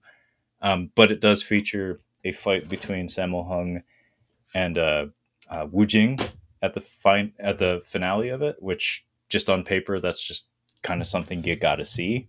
And it's actually a decent little fight. Not a very good movie though. The Fugitive on 4K. Love this movie. I've given Brad a couple of drops for his soundboard. Specifically, that What's couple? I think it's just that I don't care. Okay. I would have given you the Shut Up because that is, I don't know if you remember that, Brad, but that is I've never seen The Fugitive, so oh no shit. Yeah, that's on my list of shame there. Oh, definitely check it out sometime. It's great. I do know the I don't care scene though. I do know that. So I mean, yeah, it was all over the trailers and stuff. But Tommy Lee Jones he shuts someone up in like the most savage way possible, and it's because of its subtlety. Where there's a lot of commotion in the room, there's a lot of noise, and he just walks by, and without even looking at the person, he just goes, "Shut up." And they stop. The whole room goes silent. It's like, that's power. You can't buy that. You don't mess with them. No, you don't. Not in 1994. John Woo's Face Off on 4K. One of the most important early R-rated movies that I got to see.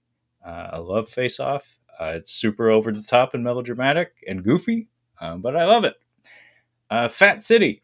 I love movies about boxing. I love stories about boxing. And this was a DVD that my brother got me a really, really, really long time ago. It's directed by John Huston, Angelica Houston's dad, I believe.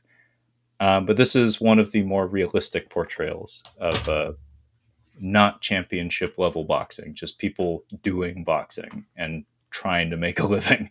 Very, very gritty, very rough movie in a lot of ways. But I think that was my brother's way of like teaching me that's like, yeah, boxing's fun to watch, but just remind yourself that this is how a lot of these people live. So maybe try to have a little respect. Fury, the one good David Ayer movie. Yep. The one, the only, it's the movie that everybody forevermore just gives him credit for, where it's like, you talk shit about him, and then everybody's like, but he did Fury.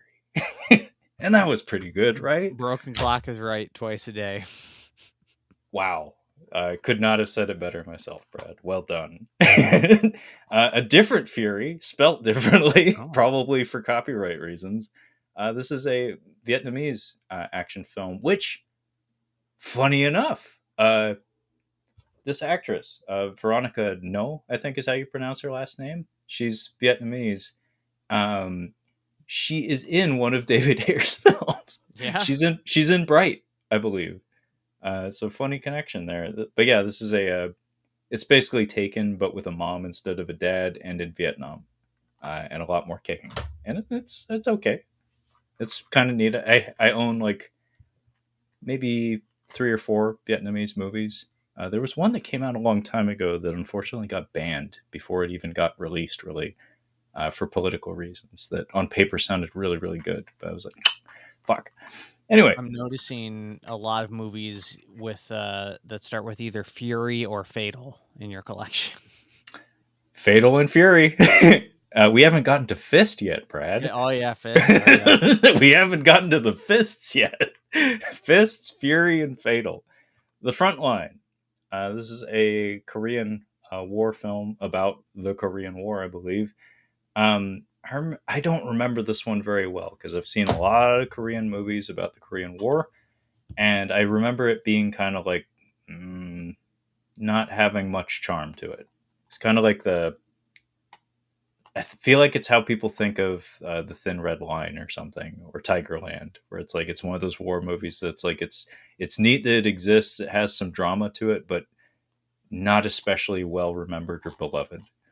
Um, Fist of the Condor, a Chilean martial arts movie starring Marco Zoror, who I think is in the new Dave Bautista movie that's coming out in a couple of weeks. So I'll look forward to seeing him in that. I did a full ass review of this by myself. Uh, Firestorm, not the Howie Long version from the 90s. What, Brad, have you seen Firestorm starring Howie Long? I don't think so. No. God damn, Brad, you gotta get on this. Firestorm, it stars what, NFL commentator Howie Long, former NFL player Howie Long. It was an attempt to launch him as an action star. Prior to that, I think his only other film was he was the lead goon in John Woo's Broken Arrow. And then they tried to give him a whole ass movie, Steven Seagal style, in the form of Firestorm, where he's a smoke jumper that has to thwart prison escapees with fire axes and such. The Howie Long on Fox NFL Sundays. That Howie Long? Yes. Yes. I gotta check this out. You gotta check this out. This is a thing that happened in a movie that I've seen.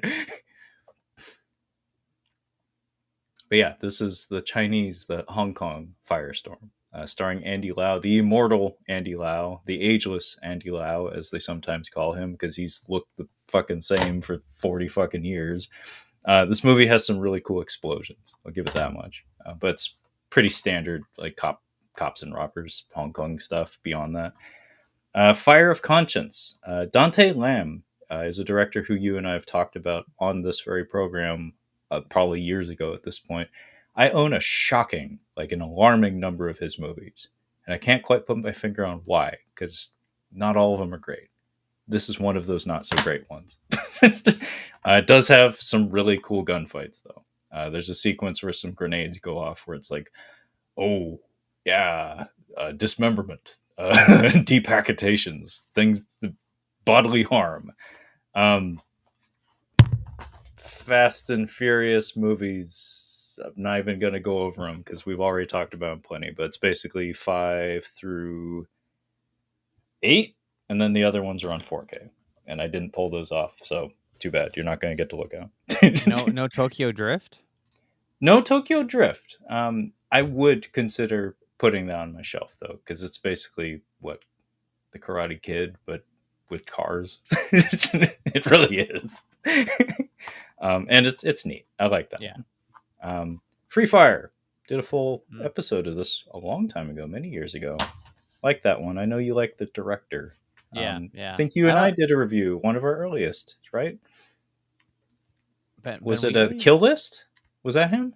Oh yeah, we did that on your show, I think. Yeah. Ben Wheatley, right? Yep, that's right. Yeah. Yeah. I do remember you guys talking Free Fire too. I remember that one. Yeah. The Foul King. This is a very charming little Korean movie about a kind of a loser type guy who finds professional wrestling and adopts the persona of the Foul King. So he becomes like an ultra heel wrestler and kind of sorts his life out through professional wrestling. It's very cute. It's very charming. Flight for $4.99 at the bargain bin. I have seen this movie a lot. I don't know why it works for me. It's very Christian in a lot of ways that normally would not work for me, that would really turn me off. But for some reason, this particular story just really spoke to me on some level. We did a review of it for Catching Up on Cinema. Bob Zemeckis, he's got a new one coming out, right, with Tom Hanks and Robin Wright. Yeah, you know about it, like what it is. Isn't it shot from like a single camera angle or something? Yeah, but like through the history of time. Yeah, it's like the entire story of a family or something from a single camera angle, right? I think it even starts like in like ancient times. Like I think it starts with, dinosaurs. There's gonna be dinosaurs. I think so. I think in the trailer, yes. That's how it starts. Yeah. You got to do it. Like if you're gonna go that level of cheese, you got to do it. Yeah, I like Robert Zemeckis. He's like Tim Burton kind of, where it's like there is like a drop off period, but for some reason, just I still like the guy. Like I still pay attention to whatever he's got going on, and Yeah. his interest in technology and finding ways to incorporate that into the filmmaking process has always been very interesting to me. Like a lot of people don't like that Beowulf movie. I haven't seen the Christmas Carol movie, but Beowulf, I've always been enamored with like performance capture technology. So even though it's not a great movie, it was just kind of neat to see him go for it and Yeah. get some It's cool kind of people. interesting. Yeah, to get some cool people on board with it. Mm-hmm. Fist of the North Star, homework for Santino because he probably hasn't seen it, but it's from the '80s. It's gory as shit. You would probably like it, Brad, because of that. Gory as shit. Nice. Fist of Legend. I'm not going to go into detail, but we got into the fist era. I'm sorry. There's no more fists actually. This is a Korean mixed martial arts drama that has a really cool hook to it actually, where it's like Stand by Me, but with a mixed martial arts competition. And the way that the movie ends, like the conclusion it reaches, feels like yeah, that's how that story should end. That was pretty cool. Final score, starring Dave Bautista and R.I.P. Ray Stevenson and Pierce Brosnan as a Russian. Never thought I'd see that happen. And finally, Final Fantasy VII Advent Children, the movie that when I first got into college, everybody was obsessed with and pirating like mad. It's at the time it was very, very, very pretty. I think it's a very bad movie in most respects, but at the time it was the shit. Anyway, that's it. That's all the Fs.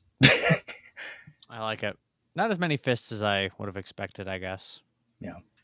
But you know, I didn't grab all my Fs because just like I didn't grab the Fast and Furious but just a few highlights here. I have the Final Destination and Final Destination 5.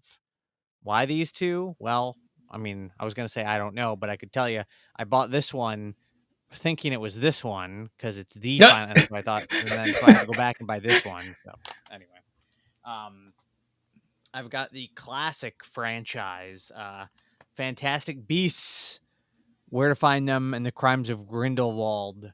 Um, you Is know, that concluded, or are they still making those? I think it concluded by way of what do you call Ezra it? Miller.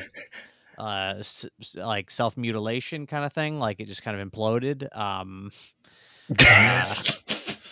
it definitely the last one ended with a non-concluded, like it was like meant to continue, but I don't think they're gonna do it anymore. So kind of a bummer. Because I thought they were okay. I didn't hate them. Movie I haven't seen, but I can't wait. Even though I've had it for probably over a year, I can't wait to finally get to watch this. It's Four Flies on Gray Velvet, which is Whoa. Dario Cool. Argento's movie, and love whatever's going on here. I don't even know, but I love it.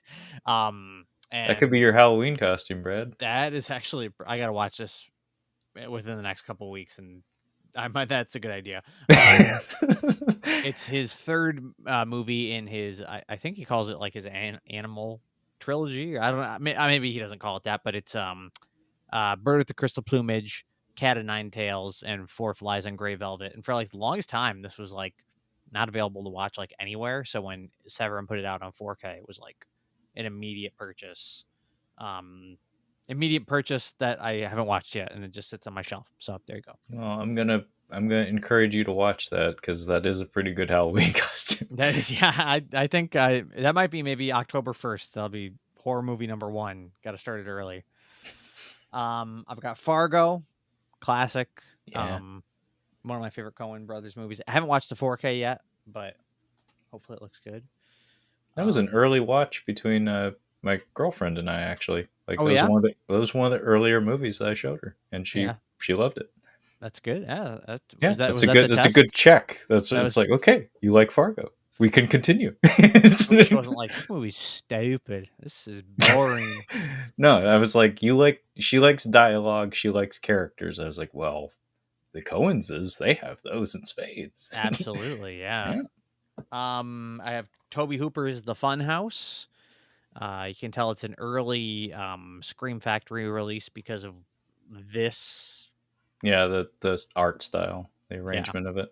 But I really like The Fun House. I think it's a really good slasher / monster movie kind of thing. I got From Russia with Love, which is up there as one of my favorite Bond films for sure. I'd probably say top 5 at least. I agree. Fatal Attraction, which you guys covered this, didn't you? We did. Yeah, that's right. Yeah. I haven't watched this in a long time, but I was curious to pick up the Paramount Presents release of it. I think they have since put it out on 4K. It's just Blu-ray. Nice packaging. Yeah, it is pretty cool. And then last one I grabbed was who is the Joker who made this movie? Bennett Miller. Bennett Miller's Foxcatcher. Oh, that was good. Yeah, I really like this movie. Yeah. Yeah, Bennett Miller, he doesn't make a lot of movies, but he's good. I never even heard the name, but I've seen that movie and it was excellent. Yep. It's kind of thing where a lot of times, like with Steve Carell in this movie, like a lot of times when actors do that and kind of go like, it's a quiet performance, but it's certainly not like a subtle performance. Like he's very much like leaning into like this being like a weird, goofy character. Sometimes I don't like that. Like I wish they would like kind of like reel it in a bit more. But for whatever reason, I think it absolutely works. Maybe it's because I think having Mark Ruffalo and Channing Tatum play it very straight, and him being like this just like weird, creepy, crazy guy, I think it just absolutely works. Yeah, and I don't know what Bennett Miller's done lately, actually. I know nothing else about him, but all three of those performances are brilliant. Yeah. Just the physicality of Channing Tatum and Mark Ruffalo is incredible. Like they really did their homework when it came to matching the posture and the movements of people that are steeped in the world of wrestling. And also just like working with such little dialogue between the two of them.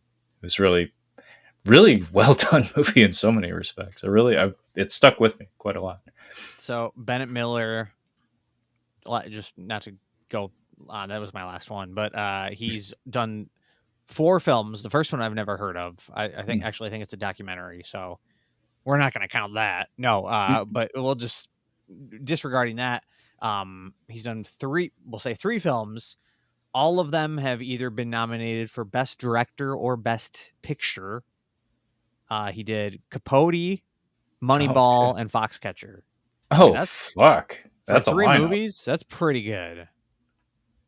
Yeah, I'd say the man is quite talented. And he doesn't make like Foxcatcher was his last movie. Like he doesn't make that much. He's selective then. Yeah. So. Or maybe he got fed up or something. but yeah, maybe.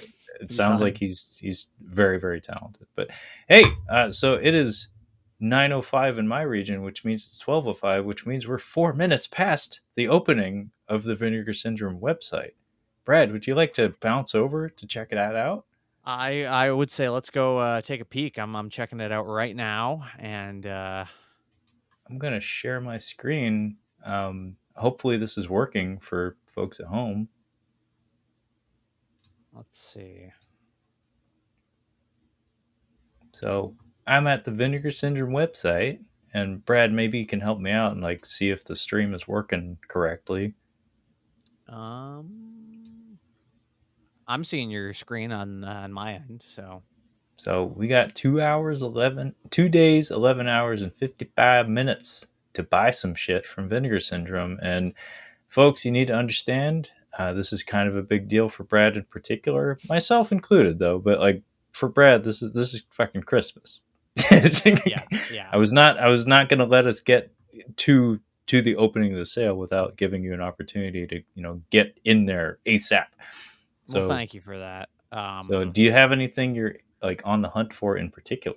Not really. I mean, I'm actively trying to not spend a lot of money, but I see Miami Connection has a new slipcover, and I don't think I. Yeah, the slip case is sold out. Yeah, so that's one I actually missed out on that. I don't know if that movie is totally up my alley, to be honest. I would say no. I own that one. I have the Miami Connection, not with that new slipcover or whatever, Mhm. but with the hardback case and everything. It is very fun. It's very charming. I don't think it plays very well to an audience of one. It is a party watch, and it's also 80s martial arts stuff. Probably more up my alley than yours. Yeah. Yeah, so that's why I haven't popped on it, but What some new about Devil merch Times here. 5? What's this one? Are you familiar with that one? I think this is just their I don't think this is new. I think this was announced, I think this is part of their August release. Gotcha. So really the only two new things here right now, I think, are Rad, which was out of print and is back for a limited batch. Then Miami Connection, and then Surf 2, I don't think that ever went out of print. I think this is just new slipcover. Yeah, Um, looks like it. oh, I guess no. I guess you try to get the regular one. I guess that is the other slipcover is out of print. So, um, new slip of that, and then just some uh merch there. But I don't know. I'm curious what some of the discounts are because they set up to like 75% off on certain titles. Ooh. I don't know if there's a way to sort by like. One that is for me is My Father is a Hero. That's a Corey Yuen directed Jet Li film Mm, mm-hmm. that I've seen clips of, but never actually saw the whole thing. And it's from that magical era of I think it was like mid '90s, where Jet Li was doing Hong Kong movies because quite a lot of his filmography is mainland China productions.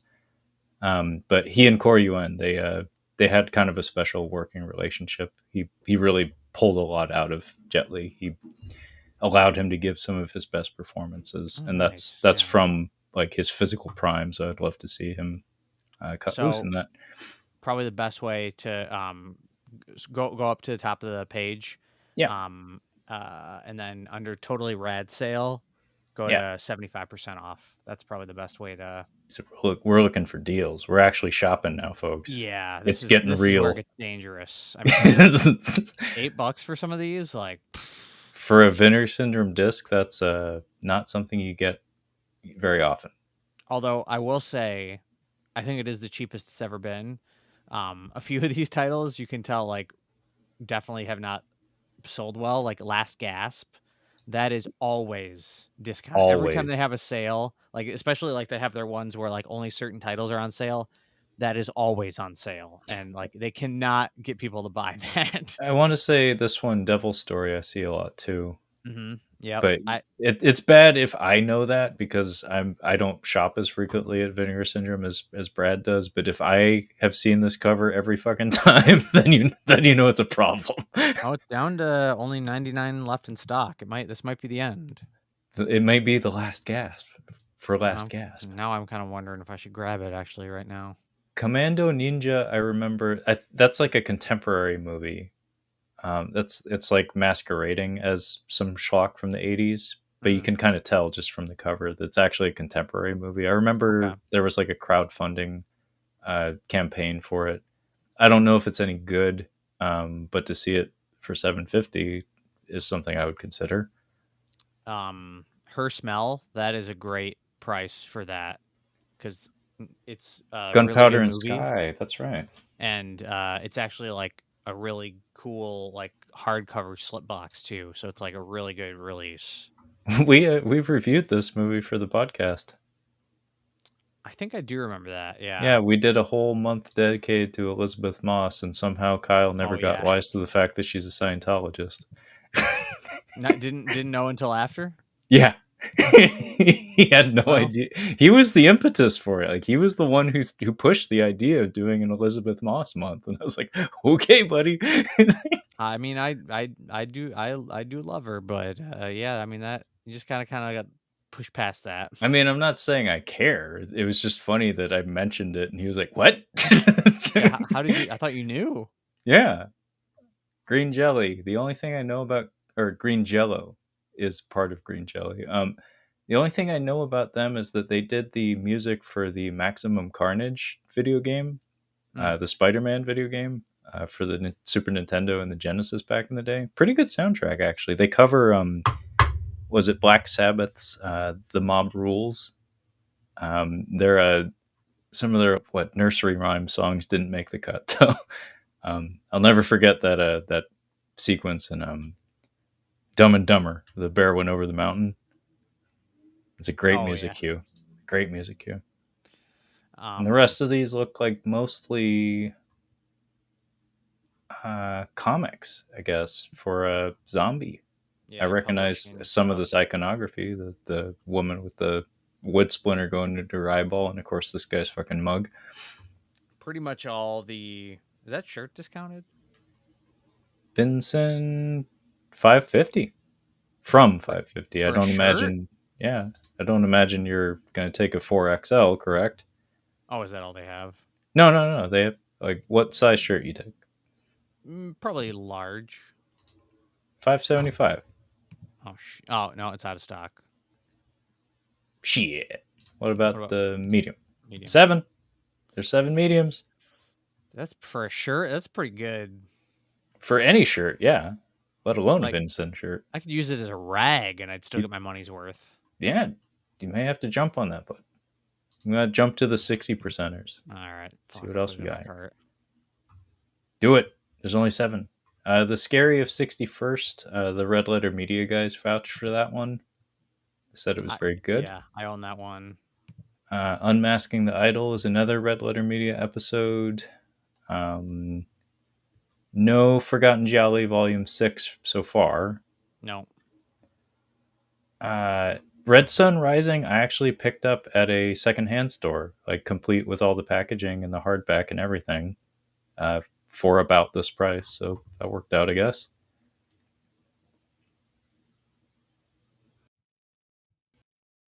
Oh shit. Larry Cohen's Perfect Strangers is back in stock. Oh, Larry Cohen. Interesting fella. Damien the T Rex. Oh, I guess I gotta add that to the cart too. Oh my gosh, this is not what I wanted to happen. Moving on to the 50%ers. Creature, I know you already have, right? Yep, I got that one. Sidekicks is a Chuck Norris film that I wouldn't say is good enough to warrant $32, let alone $32.50. Their Lost Picture Show is discounted. I know that was like a big release for them. I don't even know what's included in it, but I know it's like they really dug up some shit for that one. That's under the 50% off. Yeah. Ooh, that's. Ooh. Oh boy, this is. I don't like where this is going. Biozombie, I already have. 1750, not a bad price for a very good movie. Also from director Wilson Yip, by the way, the fellow who directed Flashpoint and SPL and Ip Man. That's actually one that I don't have. That might be. See, the problem is when you start getting into 50% off, it's not like as Well, I'm not going to go any further than this. Like, this yeah. is the cutoff. Well, Where it's because like, especially they have I mean, 50% is not bad, but like they have their Black Friday sale where it's going to be 50, and then really they're $10 titles. Their subscriber week sales are where it's just like where you clean up. gotcha. Um, Penitentiary 2, I remember when Penitentiary 1 went out of stock, and I was bummed because I was going to get both of them, but I like missed it by a few seconds, and now I don't want either of them. Oh well. I just need to see. Can I? What's the phrase? Do order stacking. Oh, is that where you can pay for it now and then add to the same shipment, basically? Yeah. I mean, the sale is a couple of days, so I would imagine they'd help you out with that. By the way, that pop up that I went to at a Scarecrow Video, they took my email address and they actually gave me my Vincent points and stuff when I bought them Really? physically on the spot. That's pretty cool. Yeah, they had their shit together. Nice lady too. Like she took care of me. Well, thought I was like, it's gonna be nothing I'm gonna spend my money on, and then one shirt, and all of a sudden I'm back in. It begins. Plus, they're updating their out of print titles every single day, so who knows what could be coming up next. They also have a $12 shirt that actually has a pretty neat design on it. Oh yeah, the film canister. Yeah. Medium is in stock, large is in stock. It is $12.50. It's more expensive, but I do like the design. I do like that. I'm a big fan of more subtle designs where it's not as aggressive with the branding, where it's just like a compelling image that you either get the reference or you don't, kind of. So this would be more my style, I guess. Also the black as opposed to the gray. I'm kind of a gray guy myself. I could see you being a gray guy, Brad. Okay, so I'm not going to go any further than 50% off, but this was a really good idea on your part, Brad. Just checking out the sale, something we should consider for future live streams. Yeah, no, I mean, this is if I needed an excuse to do more shopping, then it's I'm good. I don't even know where I'm going with this. Yeah, it's a lot of these. A lot of the new release titles were at the pop up sale as well at Scarecrow Video. Yeah. Had you been there, you would have taken advantage, but it was just me, so I bought a bunch of shit. I wish I could have been there. Wish I could have been there. I know. I'm sorry. Maybe someday, though. Maybe someday. Okay, so I'm gonna stop sharing that. Now I'm gonna actually end the live stream here, so you can get to actual shopping. You can actually focus on the task at hand. But before we go, folks, I'd just like to say thank you so much for joining me today, Brad. Thank you for having me. This has been a lot of fun. Oh yeah, we got to do some shopping. One of our looser recordings for sure, but happy to do it.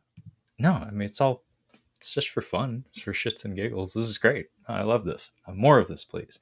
But yeah, before we go, Brad, would you care to let our listeners and hopefully viewers know where they can find you and your very awesome podcast? Well, you can find me at vinegarsyndrome.com. That's where I'll be. No, it's the Cinema Speak podcast. We are on iTunes, Stitcher, Spotify. Just search for Cinema Speak. You can follow us on social media on X at the Cinema Speak, on Instagram, Cinema Speak Podcast, and on YouTube as Cinema Speak. And you can find us on the web at cinemaspeak.libsyn.com. All right, well said. As for myself, I don't really have much of an outro anymore because if I'm being honest, most places where you can find me online I no longer use. So I'm just going to say my spiel anyway. Just say, if you'd like to catch up on any of our other Catching Up on Cinema content, you can find all of that collected on our not very functional website of catchinguponcinema.com. You can also find me on the social medias in the form of the Twitter/X at Catching Cinema, as well as the Instagram at Catching Up on Cinema. So feel free to hit me up at either of those. I probably won't get back to you, but you can try. And the podcast is available on pretty much every platform you can imagine, including Bitcade. So fucking Google it. You'll fucking find it. But that being said, enjoy shopping at Vinegar Syndrome tonight, Brad. Don't stay up too late. Thank you. And don't break the fucking bank for the love of God. You need, one can only eat so much mac and cheese before they die. Yeah, well, it might be mac and cheese might be the high end. We might be down to rice-a-roni or whatever is below that. Lima beans and rice-a-roni. Yeah, got it. Anyway, that being said, thanks so much for joining us tonight, folks. Take care. We'll catch you next.